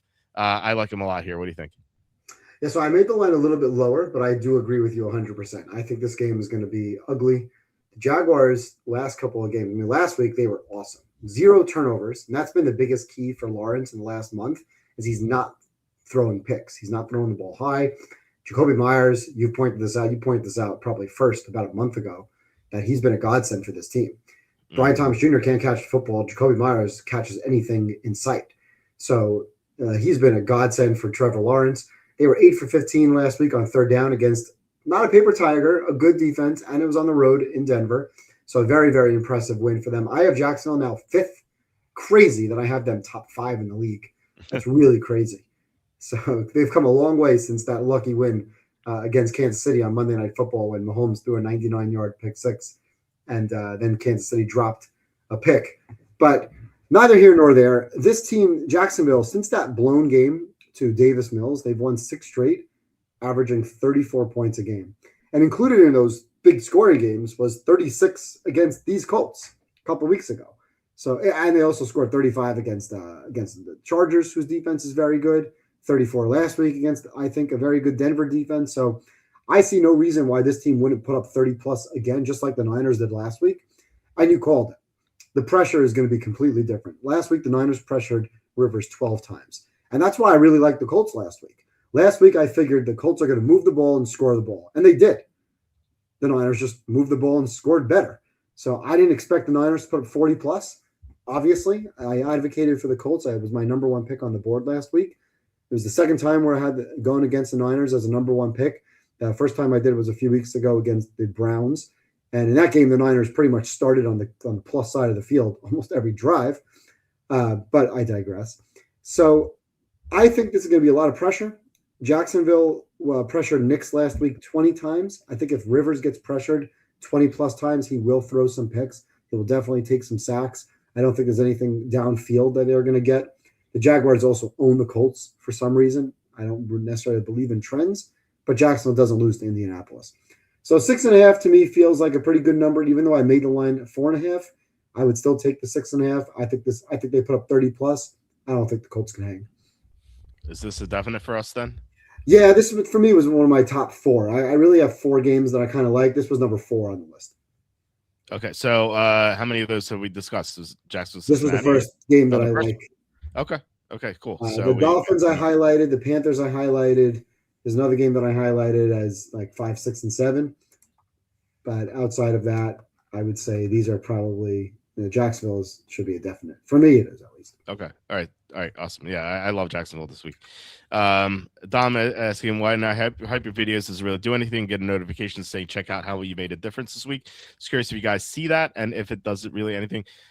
So we don't get a notification necessarily that anyone does anything, but there are like I see during the week that there are like random spikes in traffic, so I feel like it does something, but we're just not notified of it. So thanks Don for doing that. That's awesome. So I mean, any bump in traffic would be awesome. By the way, I don't know, maybe you're responsible for it, but like we gained 200 subs this past week. I don't know where that came from. We were like sitting at like 59.40 or something. And I wake up, we're like at 61.30. I'm like, what happened here? I'll tell you what happened. We won $6,000 last week on a Thursday night football game betting player props. That's true. That's true. And I saw you wrote a couple of times like Evan approved. That's pretty funny. Yes. Listen, if people are seeing that, that's really great. Even if 10 people, 100 people, 200 people can see that, it's really not about someone that people have asked a few times, like, oh, where do I post? I don't post my picks. I don't post anything. Yeah. I'll text you, hey, I'm looking at Bo Nix rushing, or I'm looking at Dak passing yards. These are kind of things that I've done for a while now, for a couple of years. Live player props. I started doing this more with basketball, and now I'm doing it more with football, where you could take advantage in game. And you've kind of learned my system. You kind of play the situation of the game, Hmm. ride the hot hand. You've texted me a number of times like, oh, I like so-and-so tight end because this team is not good against tight ends. And my response is like, okay, good luck. Not for me. I want the quarterback. I want the hot hand. I want the receiver like Puka who's getting the targets. I want the running back who's getting the usage. You know who doesn't get usage? Derrick Henry. Remind me not to bet Derrick Henry ladders in the fourth quarter. Twice this burned us. Yeah, just 2 times in a row, the guy didn't get the ball in the fourth quarter, whereas he absolutely should have. But if people are learning that and figuring that out, then that's great. The only thing that's not good about that is if, as more people bet it on FanDuel, FanDuel will start limiting the action. FanDuel, after week 1, took away one of my favorite bets of quarterback not to get the 450 yards. That was like a 16-1 shot that I hit 4 times last year. This year, we hit it in week 1 or week 2. We hit it in week 2 with Russell Wilson against the Cowboys. On the nose, 450. Week 3, the bet's gone. Doesn't exist. Haven't seen it since. And there's been a number of quarterbacks that have thrown for 450 plus yards since then. Yeah, I know. So, but that's fine. We'll find more things. Don't worry about it. Yeah, no, we're doing pretty well with the props. Today we hit 2 of 2, and we didn't hit the top rung of the ladder, but we hit like the middle. So definitely profitable day with the props for sure. And I'm eager to hear what you do in basketball. I know a couple of things that you do via like unders and such. But It's as a far as whole nother show for as another far time. as right, yeah, we're not gonna I got banned last year on doing it. That's why I have a new account under my wife's name. Yeah, I also have an account under my wife's name. So But now I in the playoffs you can really take advantage. It's unbelievable. It's a similar concept. It's live player props late in games with ladder situations with big time odds. Yeah. Yeah, I don't have the account under my wife's name because I've been banned yet, but I could be eventually. But I just did just to take advantage of the promos and stuff. So that worked out pretty well. Anyway, we have one more 1:00 game. It is the Patriots at the Jets. This line is Patriots minus 13.5, which this line might seem high. I don't think it's high enough. The Jets are playing, even though Tyrod Taylor's healthy, they said they're going to start Brady Cook in this game. The chef, as we call him, he had 8 sacks last week. He had no hope of being competitive in that game. This guy is an absolute train wreck. He does not belong in the NFL at all. He's Max Brosmer bad. And the difference is that he does not have Minnesota's defense backing him. He has one of the worst defenses in the NFL. So hard, like bottom offense right now, and like bottom 5 defense against a team that is one of the best in the NFL, at least recently. They had a rocky start, losing to the Raiders and losing to the Steelers. But this team, Patriots team, they seem to be getting better all the time. They had a hiccup in the second half against the Bills, but they stormed back last week with a comeback against Baltimore. As you said, pretty impressive stuff from them. And they're a young, enthusiastic team. I don't think they're going to be flat here at all, especially being coached by Mike Vrabel. I think this is going to be a massacre. So I love the Patriots here. What do you think? There's no way they're flat. They win the division. And also Vrabel has been very, very good as a big-time favorite when he was with Tennessee. So I would expect them to come out hot and on fire. Brady Cook, you mentioned, not an NFL quarterback, so we're going to continue to take advantage of that. This is one of my top games on the board. I think the Patriots come in here and absolutely kill the Jets. The Jets' last 3 games, losses by 24, 28, and 23 points. This is not a competitive football team. Last week, they had 3.1 yards per play. They were 2 for 15 on third down. Now, the Saints defense has been better, but the Patriots defense has been just fine. Now, I mentioned this earlier when we talked about the Ravens. Even though Huntley came into the game, and even though they forgot to play Henry in the last 9 minutes of the game, that was a well-earned win. And the Pats really needed that. After the Buffalo loss, coming back last week in that spot, down 2 scores in the fourth quarter, especially also the refs tried to screw them because Booty had a long pass. There was a pass interference. He got tackled on the play. He almost made the catch. He didn't make the catch. The ref was so worried about watching to see if he made the catch that they forgot to throw the flag because the guy got tackled as he's going up to make the catch. But they still found a way to move the ball and score on that drive and then get the ball back and win the game. So well-earned win for the Pats last week. Now, they weren't great against the Jets first time around, but that was against Fields, who's not a great quarterback, but at least he was able to move the ball. He moved the ball with his legs. Brady Cook can't move the football with his legs, and I don't see how the Jets defense are able to stop New England. It's going to be an absolute New England crowd at MetLife. It's going to be probably more Pats fans there than Jets fans. The Jets fans who are there will probably boo them off the field at halftime. I think this game is going to be ugly. I look at this game like 31-9. Maybe Jets get a touchdown, maybe one. I don't see them getting more than one if they get one. And I think the Pats put up 27, 31, 34 points. So even though it's a big number, and once again, I didn't make, like today, Denver, I made the line 10.5. So 13.5 was an aggressive number, but I understand why with Olajuwon. The Jets line, again, my power rating makes it 10.5. I don't know where to put the Jets with my power ratings now. So the line is going to come short, but the 13.5 is absolutely warranted. And I would be surprised if this game were close. Yeah, I would too. So yeah, we could put this on the definite pile. So we have 3 definites at the moment. All right, let's go to the 4:00 games. There are only 2 of them because of these Christmas and Saturday games. So we have a 7-2 split, I believe. Yeah, it should be at least 6-3. Like I don't mind 7 games. 7 to me is really ideal. I kind of like 7 games, but when they're 7-2, it just makes no sense. Yeah, it doesn't make any sense. So anyway, we have this, and really, I mean, I don't know if you call this a game, so it could be 7-1, really. I mean, this game is going to look like the Vikings Lions game today. Nobody wants to win. Right. Yeah, literally. And this is for the number 1 pick in the draft. Although Max Crosby said, I don't know if you heard his quote. He's like, I don't care about the pick. I just want to win the game. And interestingly enough, he's been DMP twice. Yeah. But given that he said that, I expect him to play. By the way, that's why they DMP'd him, because he said he wanted to win. They're like, no, right. You're not playing. Right. Yeah, get off the field, man. We need the top pick here. Wait, did you say you want to win? You're not playing. Yeah, right. We want to lose here. So I am on the Raiders here. So the Giants, to be like, I really worry about Jackson Dart. He's been tested for 5 concussions since week 4. This guy is just reckless, how he's been running and stuff. And it's so hard to tell how concussions affect players until you actually see them, because if a guy tears his ACL, he might have like a weak gait or something like that. Like you'll see it, or he might lose his explosiveness, but like a concussion, you just don't know. And I always felt that Carson Wentz's career basically got derailed when Jadeveon Clowney gave him that concussion, that brutal concussion in the playoffs. And I think Antonio Brown's life was derailed when he took that hit from Vontaze Burfict. And I worry about like so many possible or real concussions that they just kept playing him through, because recently he's been so bad. Like last week against Minnesota, I know it was against a tough defense, but still, he didn't complete a single pass until a minute left in the second quarter. And he only finished with 33 passing yards, which is just not acceptable.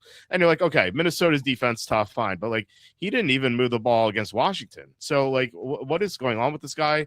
And making matters even worse, Andrew Thomas is probably not going to play. He's DMP twice, so that's the guy they have to defend Max Crosby with. So I don't know how the Giants are going to have too much success moving the ball. The Raiders defense isn't actually that bad. It's 20th in the NFL. So yeah, it's below average, but it's not like horrendous. So I think the Raiders should be able to keep the Giants from doing anything. And the Giants defense sucks. We know that. The run defense is dead last. We just saw Ashton Jeanty to have 2 big touchdowns against the Texans. I think this is a rare, good matchup for Jeanty, and there's a chance that Colton Miller is going to play. Now, even if Colton Miller doesn't play, I think Jeanty could still have some big gains here. And so I'm inclined to take the Raiders as a home dog. Like, I don't think they should be underdogs at home. So I like the Raiders. Don't love it. But I don't love too many games this week. This might be like my 5th or 6th best play with the Raiders. But it's not going to be a big play, like I said. So what do you think about this game? Well, I don't think this game I'm going to bet on this game, just given the situation. You literally might be seeing 2 teams that are trying to lose. And when I say trying to lose, teams that are not calling plays to win games, teams that are not, and maybe they made a deal with Carroll. Hey, if you get the first pick, you're coming back. Or maybe Carroll thinks, hey, if they get the first pick, they're going to draft a quarterback and they don't want me to come back. Yeah. So it's too hard to pick a game where you have 2 teams that are just fighting to lose. One of my best friends is a big-time Raiders fan. He said, we all know what's going to happen. The Raiders are going to win this week. They're going to beat the Chiefs. Andy Reid is smart, and he'll let them win next week, and we'll end up with like the 8th pick in the draft. Yep. And he's right, because we've seen this movie before with the Raiders. Mm-hmm. But Jackson, I agree with you that the Raiders should be favored in the game. Jackson Dart last week, granted, Minnesota defense probably better than the Raider defense. They were 2 for 10 on third down. They were 2.9 yards per play. Jackson Dart had 13 net passing yards. He threw the ball 13 times. He had 2.5 yards per pass attempt. That's Chris Oladukin, Max Brosmer, Josh Johnson bad. If they're not letting him throw, or if they're not letting him run, and he really can't throw, and there's nobody to throw the ball to downfield, I don't see how the Giants move the football, even against the Raider defense. And the Giants have the worst run defense in the league. So you would think here that they're going to be able to move the football just by handing the ball off to Genti and let him do something. They did put Bowers on IR. Giants said they're resting the whole offensive line.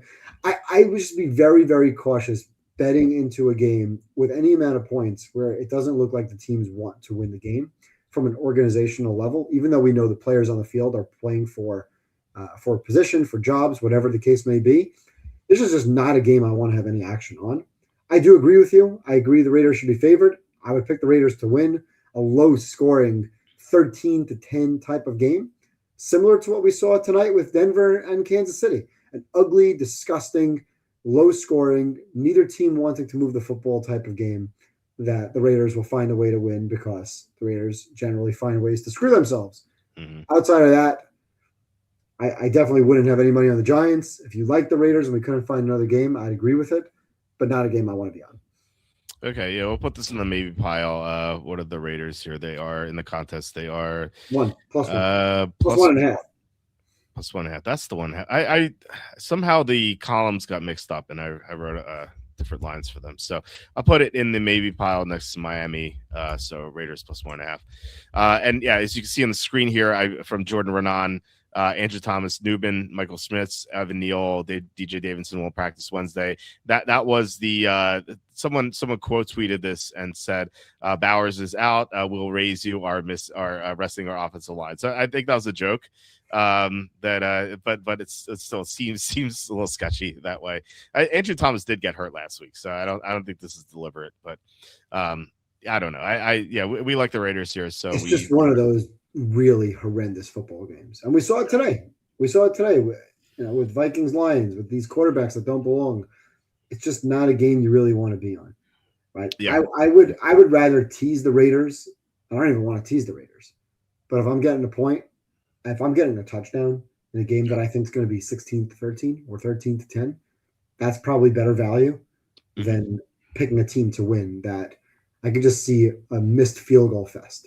Mm-hmm. Yeah, absolutely. All right, the other 4:00 game, Eagles at the Bills. This line is Bills minus 1.5. It was 2.5, so it's moved down a little bit. We got word that Lane Johnson and Jalen Carter were going to return, but Lane Johnson has not practiced this week so far. So we'll see. Maybe he returns to limited or full practice tomorrow and is declared questionable, and then he plays. But so far, we haven't seen evidence of that. Also, A.J. Brown has not practiced yet with a teeth injury. So he got his wisdom teeth out. I suspect he's going to play. I don't know. I mean, he'll be in pain, I guess, but I got my wisdom teeth out recently. So I don't know. I felt like I could have played football like 5 You don't look like A.J. Brown. Oh, back in the day, man, I used to be chiseled. I used to be the captain of the swim team. I was in great shape.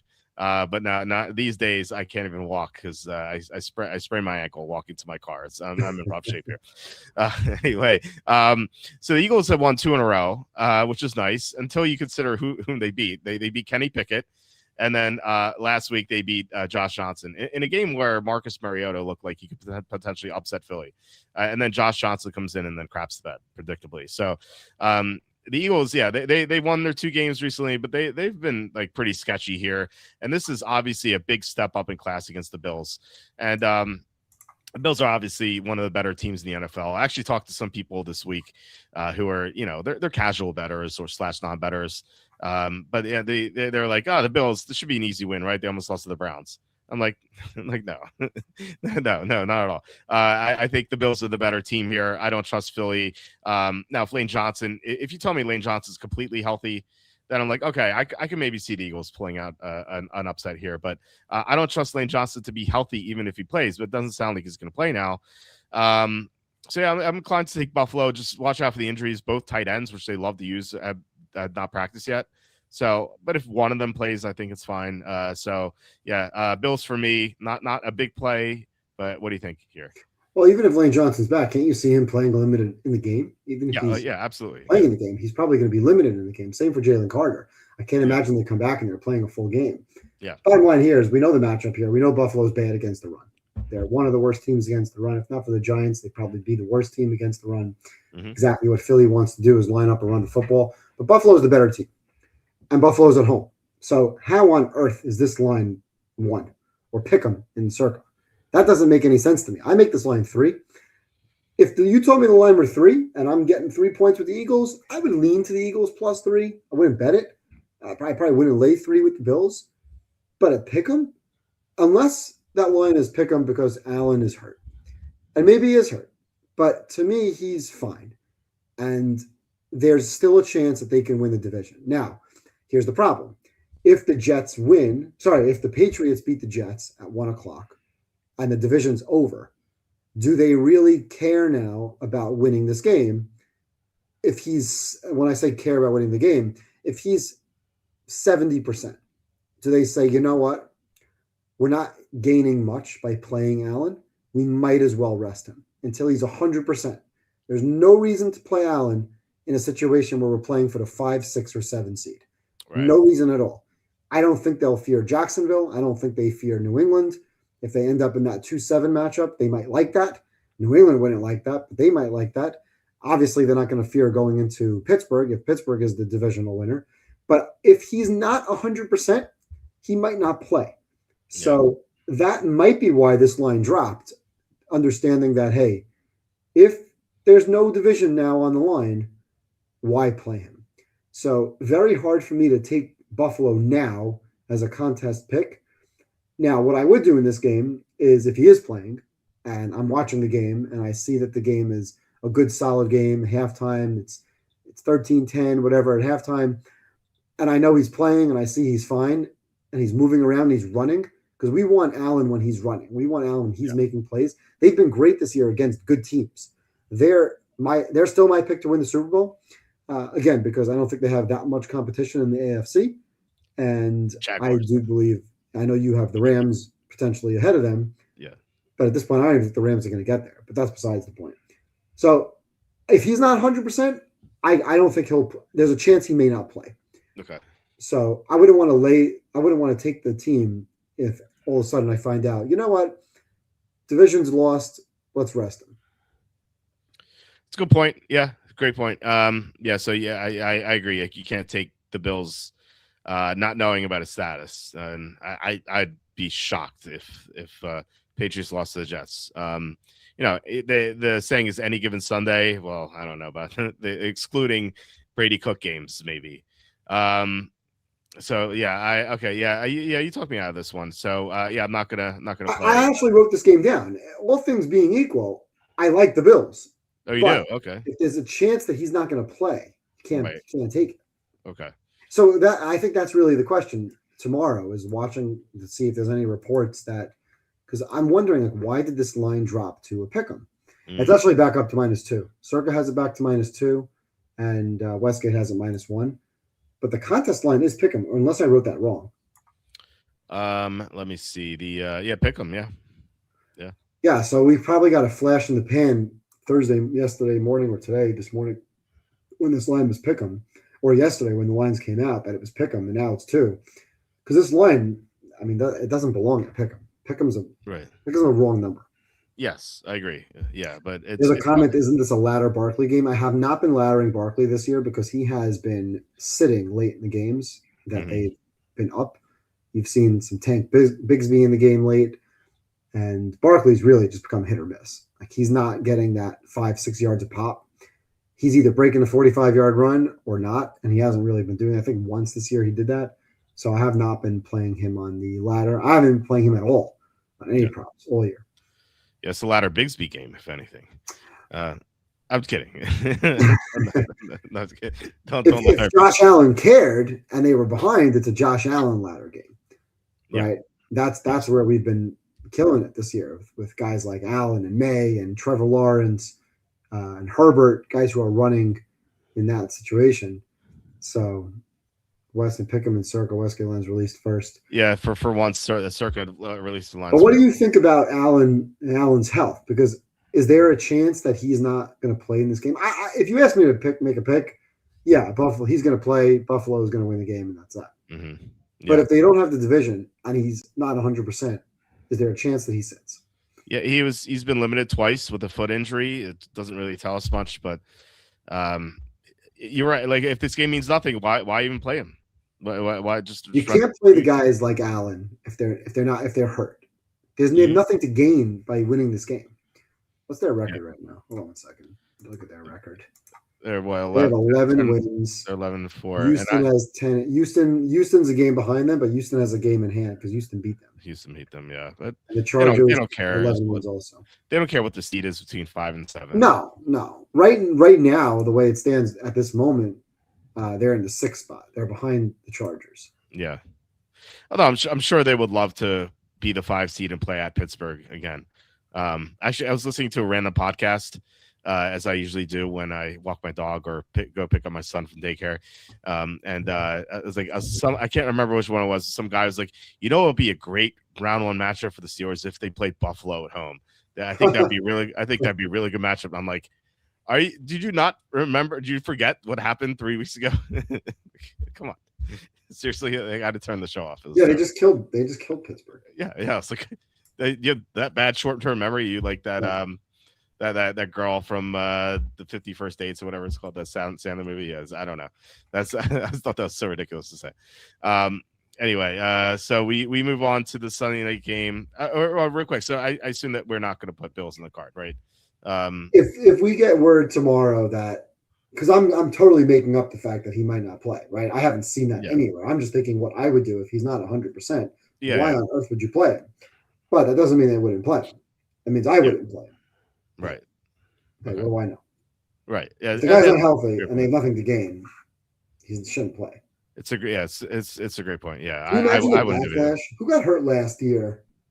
Who got hurt? It was somebody who got hurt last year. I forget who it was. Was it week 18 maybe? I don't know about last year, but 3 years ago, Mike Williams got hurt for the Chargers. No, I'm thinking like a higher profile player.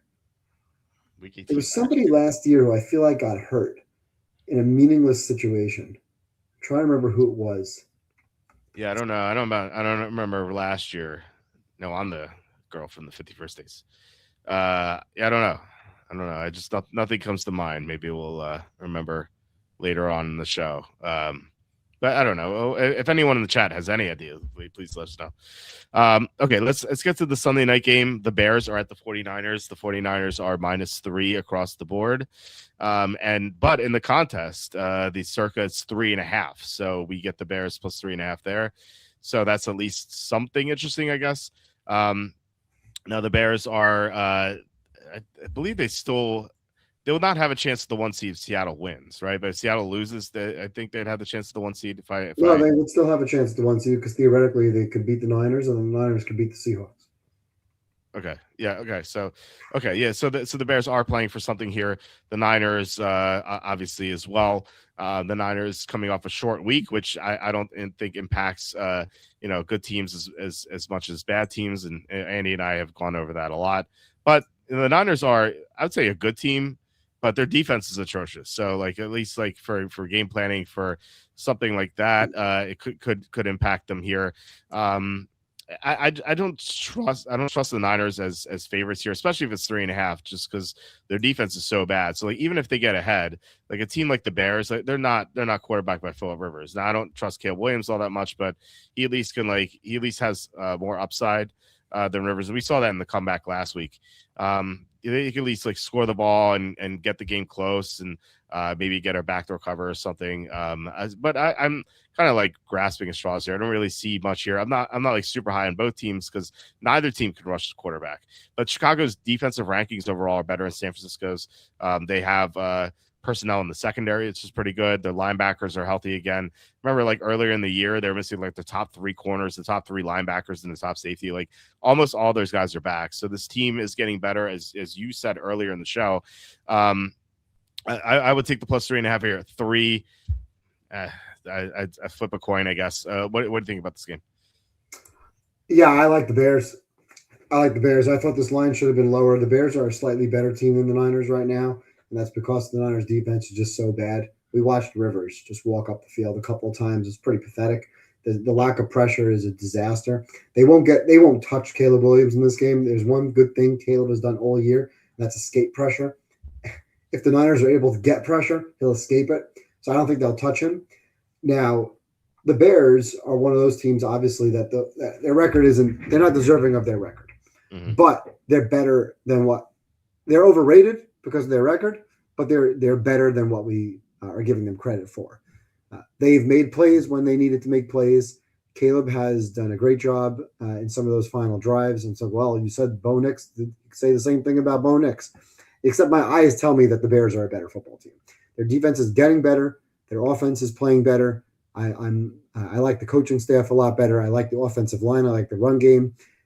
And I just don't think the Niner defense can hang in this game. Now, the Bears last week, they were really poor against Malik Willis. He ran the ball well. The Bears were only 2 for 11 on third downs. But they're growing in confidence every single time they get one of these big wins. You see they're hyped up in the locker room. And the Niners, they only pressured Rivers 12 times in the game. Purdy was great in the game until he threw a pick late, but Purdy was great against what? Against the Colts, banged up secondary. The Niners haven't punted in a month. Against who? Tennessee, Cleveland. By the way, they didn't punt against Cleveland because they started, like I said earlier, on plus side of the field every single possession. Yeah. Carolina, no, they killed Arizona. Good for them. Before the Rams lost, they beat the Giants. So their last 6 wins have not been against anybody good. They haven't beaten a good team pretty much all season, other than the Rams win with Mac Jones. That was a fluky Thursday night game. And then the games early on against Seattle, week 1, doesn't count anymore. It's a totally different team. Yeah. So I think the Bears are the better football team. I think the Niners should have been favored at home, maybe 1, 1.5. 3, way too much. 3.5 for sure not. And by the way, Kittle's banged up. Kittle matters. Yeah. Kittle matters a lot, even if he doesn't matter in the stat sheet. By the way, he's been great in the stat sheet anyway. He's been great catching passes. He's been catching touchdowns. He catches a little bootleg out in the flat and runs over a defender or two. But he's amazing in the run game. He's great in protection. He blocks. He's also a leader on the field. If he's not out there or if he's not 100%, that's a big loss. Now, you can't really quantify. Is he worth a point? Maybe, right? He's not worth 3 points. But again, you can't really quantify what his presence means to the team. So in games without Kittle or games without Trent Williams, you're not going to make the line 3 points worse or 3 points lower. But they really do have big impact on what they want to do, especially running the football and in the protection game. So I think the Niners will win the game. I think they'll find a way to win the game. I think it'll be a high-scoring game because I don't think either team will get stops when they matter. But I would take the 3.5. Absolutely, I would take the 3.5. I would take the 3. But at 3.5, no-brainer. Okay, we're getting a free hook. So this is a definite for you then? Yes, this is an absolute definite. It's probably my number. At 3.5 is my number 1 game on the board. Okay. Oh, wow. Okay. By the way, it shouldn't be 3.5. The line is 3 everywhere, and I would make the line 2.5 or even 1.5. So at 3.5 is a no-brainer. And if Kittle doesn't play, this line's going to plummet. Yeah, I made the line 2, so we agree on the spread there. This line is too high, especially 3.5. That's definitely way too high. So, like I said, I think the most likely result of this game is either team winning by 3. So we get the win both ways here. And in the Westgate, you get win or push. So if that's true, of course. Williams over rushing yards. No. So I wouldn't bet it now. And the reason I wouldn't bet it now, first of all, they're not going to pressure him. So most of Williams' yards come off scramble, off of escaping pressure. If the Niners don't get pressure, he's not running. Yeah. So that's number 1. Number 2 is if they have a lead, he's not running in the design run game. They're running the football with Monangai and Swift. And their running game has been great. So if they're ahead, they're running the ball with those running backs. If they're behind, you can look towards the Williams rushing. But a lot of times when we're taking Herbert or Lawrence, really more Herbert or Mahomes or Josh Allen, it's because those guys are getting pressured. And they're escaping. Tonight, Knicks, the runs that he's getting yards on are when he's escaping pressure. The Niners just don't get pressure. And Chicago's got a very good offensive line. I would not expect Williams to be under duress, which means I would not now, pre-game, play any sort of rushing yards for Williams. I think it'll probably be inflated to start because he's been so good rushing. And if you look at his box score, I think a lot of that comes down to the pressure runs. But play the situation. if you see the Niners do get pressure or are getting pressure and the Bears are behind, then it's a play you want to look at. Mm, yeah. Okay. Yeah, that definitely agree with that. Andy says Niners control their destiny to number one. Players extra motivated for the week off, and Chicago unlikely even with the win to get the number one. Yeah, 100%. The Niners are. I mean, both teams are motivated. There's no question that both teams are motivated. Obviously, the Niners are more motivated because they could get that home game and have a home path to the Super Bowl at Levi Yep. Stadium.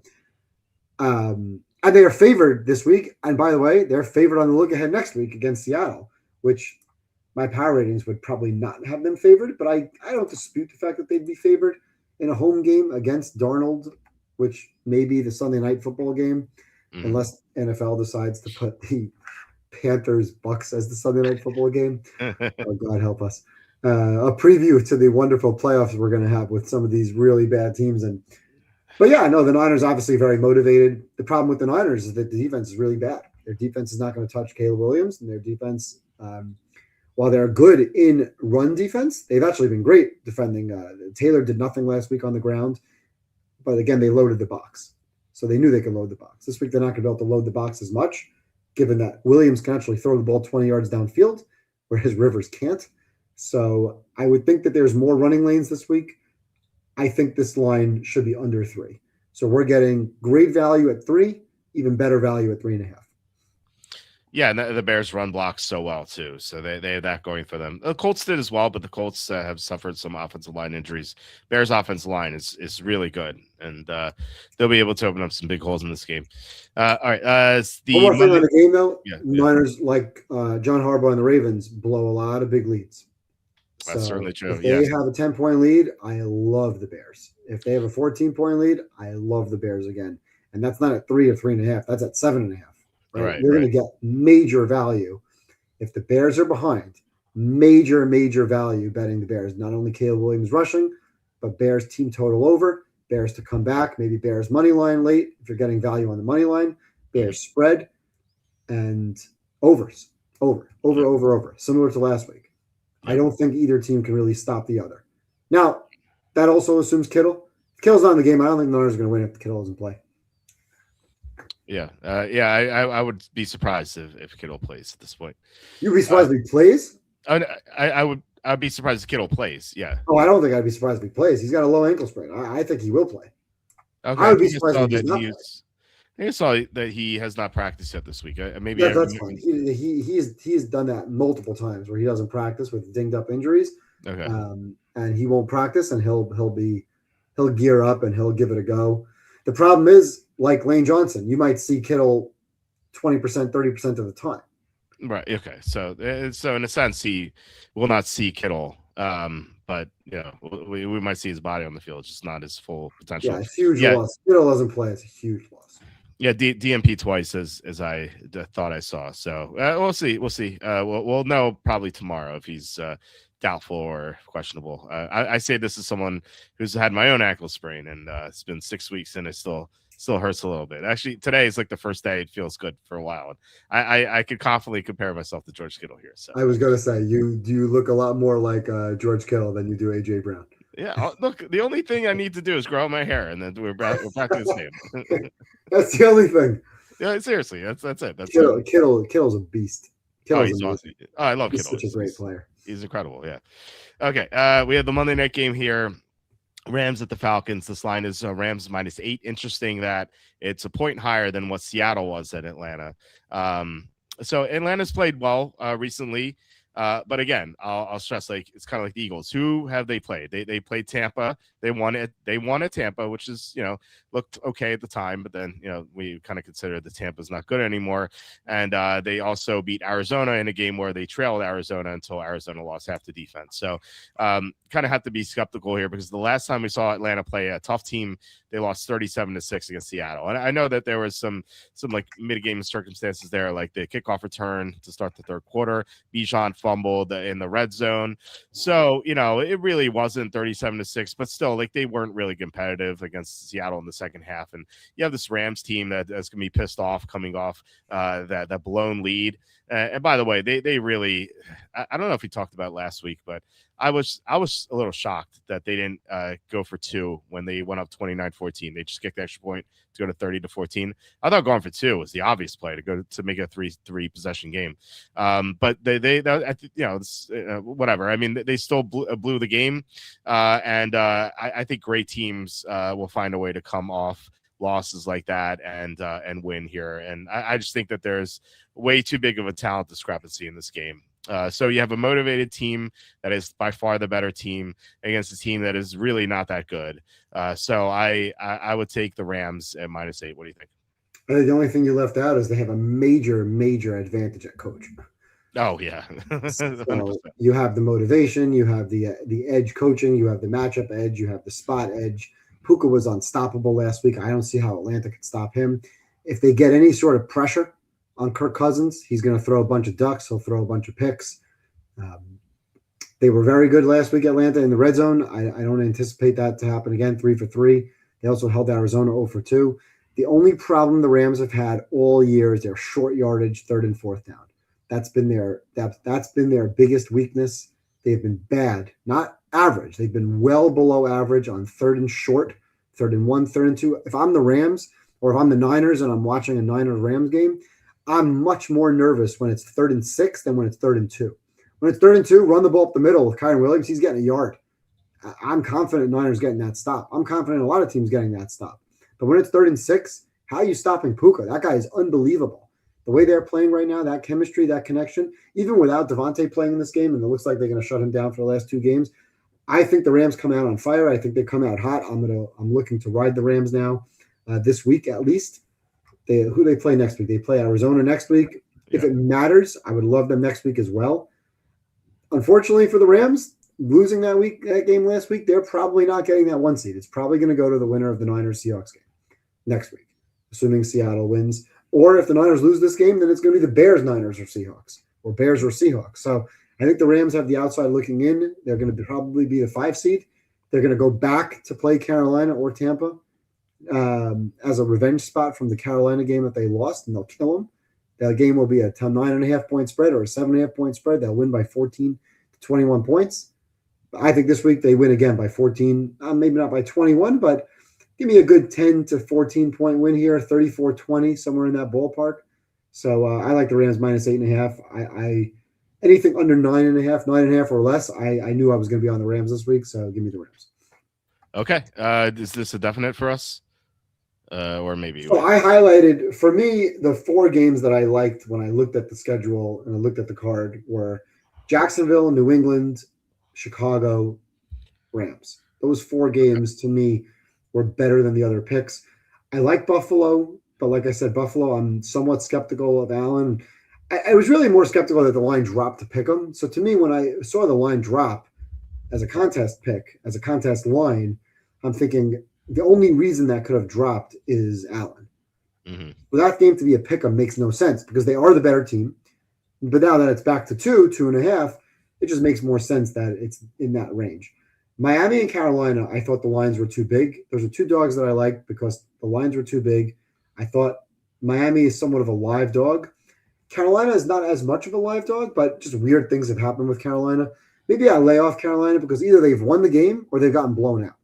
So in the games they've played close, they've found ways to win. They found a way to come back against Atlanta, not the 30-0 game. I'm talking about the last game that they played against Atlanta. They were down 21-10 or 21-7 early, found a way to win. Of course, the close games against Green Bay, Dallas, and the Rams, they found ways to win, or I should say maybe the Rams found a way to lose with the picks. But I do like the points in those games, but I don't love them because I don't like the teams. Mm-hmm. The Chargers are another team that I highlighted, but again, it sounded like we were kind of on opposite sides and don't really have strong conviction on it. Green Bay, I don't think is a team we could take given the quarterback uncertainty. You love the Bengals. I'm fine taking the Bengals. You're laying 7.5 points with a team that doesn't play defense. Right. So I was a little bit more concerned about the Bengals. And then, of course, the Saints and the Raiders, you're looking at 2 garbage football games. So I generally look to avoid those games. Maybe I shouldn't because maybe there is value, but those are 2 types of games where I just generally look to avoid. And we're on opposite sides of Pittsburgh, but without knowing the Baltimore results, I wouldn't touch Pittsburgh. So for me, it's Jaguars, Patriots, Bears, Rams, and then take your pick. All right, I put it on the screen here. I wrote it up. Our definites, as you said, Bengals, Jaguars, Patriots, Bears, and Rams, maybes, Dolphins, Raiders, and Saints. Doesn't sound like Yeah, so you would want. If you like Cincinnati much more than the maybes, then let's go with Cincinnati. Okay, yeah, it doesn't sound like we're going to change anything there. So yeah, we will go with that, and we'll watch out for any news tomorrow. If Josh Allen's ruled out or something, then that'll obviously make us interested in the Eagles, and so yeah, well, I'm sure there'll be something that'll pop up. So, I'd be or shocked if you were ruled out tomorrow. yeah, I know. I'm just saying that, I feel like we're gonna get some crazy news tomorrow. Now, may not be that. It might be Clayton Tune starting. Might be something that might have us adjust something. So, we'll keep an eye out for it, and we'll have updates on the site on our Saturday notes. No show tomorrow, by the way. Tom is traveling for the holidays, so. I don't feel like having a monologue for 2 hours. My throat's a little scratchy. My kids are sick once again, which means I'm sick. So that's how it goes apparently. So, all right. Anything else before you head out? Nope. Let's go. Hopefully, I get a matchup next week of Carolina and Tampa Bay for the division, which I can play the +3.5 and hedge it. And hopefully, my Niners win and have a game for the potential 1 seed. I could start looking at potential flights to San Francisco, looking at going back to a playoff game at Levi Stadium. Yeah. I'm 2-0 in my attending Niner playoff games. Yeah, you have to keep the streak going. We had one last question, just like Jacksonville Rams over points. What do you think? Yeah, I love the Rams scoring this week. Yeah, that sounds good. And by the way, it's not football related, but I had a bet on the Timberwolves tonight +2. They went to overtime, and anytime you get an underdog and go into overtime, you feel like you have the right side.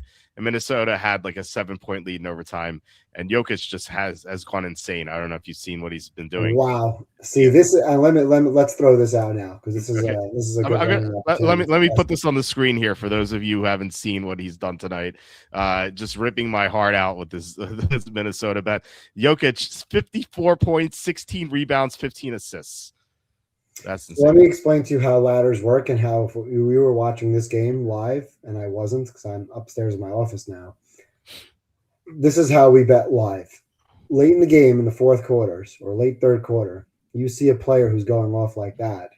You're basically playing his live over, let's call it points and rebounds. Assists are a little bit more random.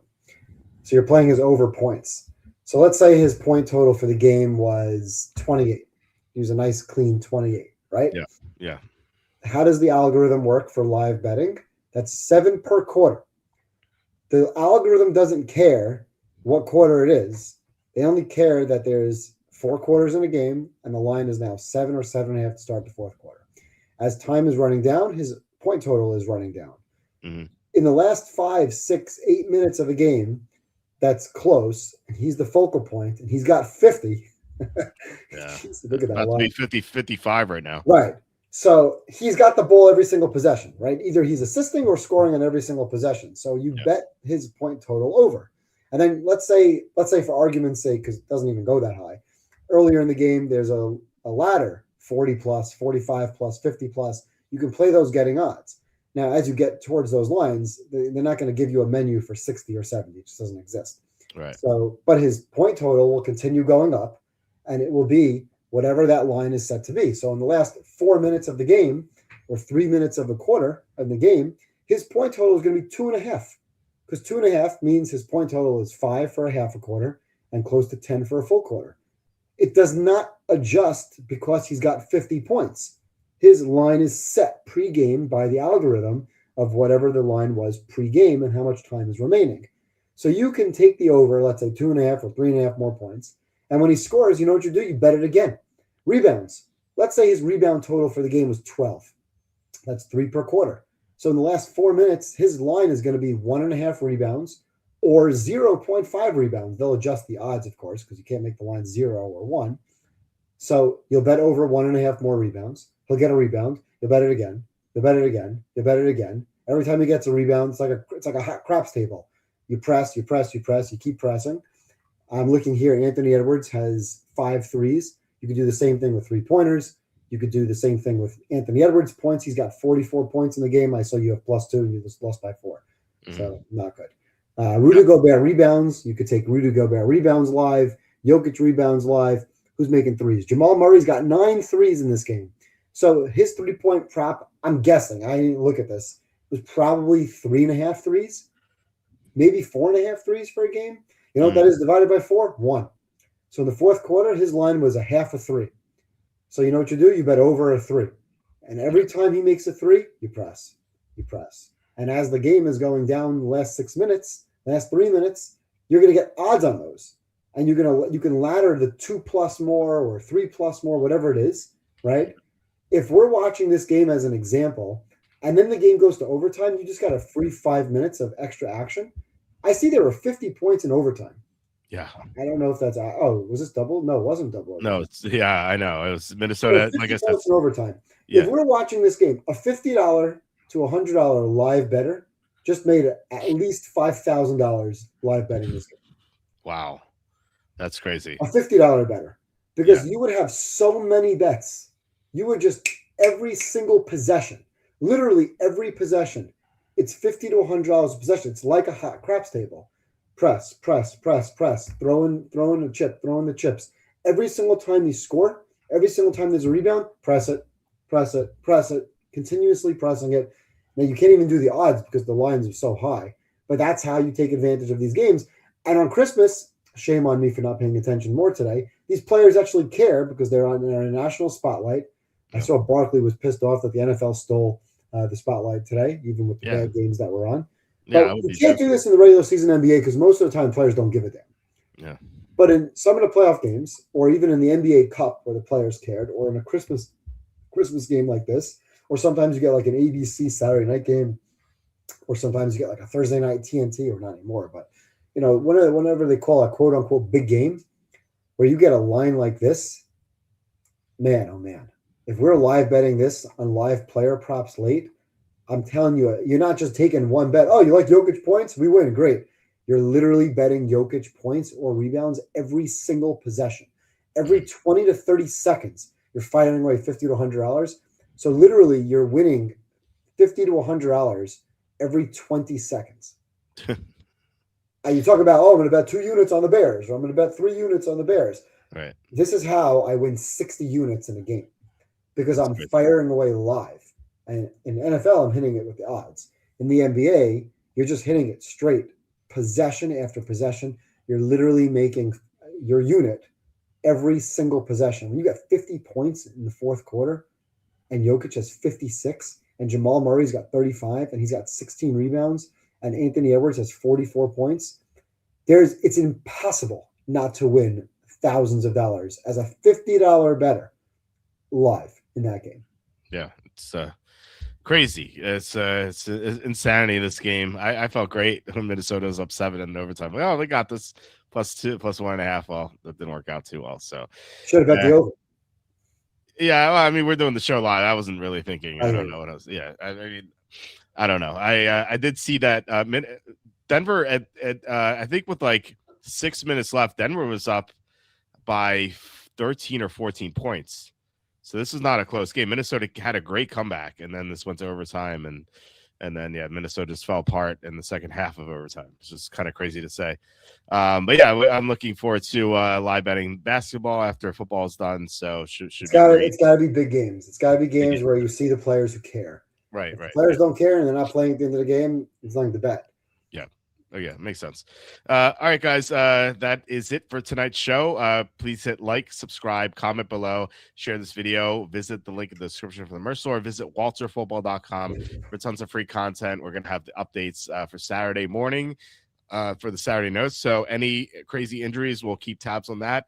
We'll have college football bowl picks for the next week as well, which I'll be posting by tomorrow afternoon. So stay tuned for that. We think we went 3-2 in the first week of the college playoff/bowl season. So off to a semi-decent start. So hopefully better than 3-2 next week. Thanks so much once again. And again, we won't be on tomorrow, but I will have a video posted Saturday. It's just like 15-minute video talking about my updates. So you can guys check that out. And then next week, I don't know. I was going to ask you what your plans were for New Year's Day, because that would be the when New we Year's do the Day, show. college football. I mean, for the show on New Year's Day. I don't know if you're available. Like I said, I'll be watching college football. Is on what time of the games? 12, 4, and 8. Okay, so maybe we'll go live after the. As soon as the Georgia Ole Miss game is over, or we might be able to start late in that game, depending on what time it is and what the score is and what's going on. Because you don't have player props. Like, I'm certainly not betting player props in college football. Maybe there's some team totals or some live action.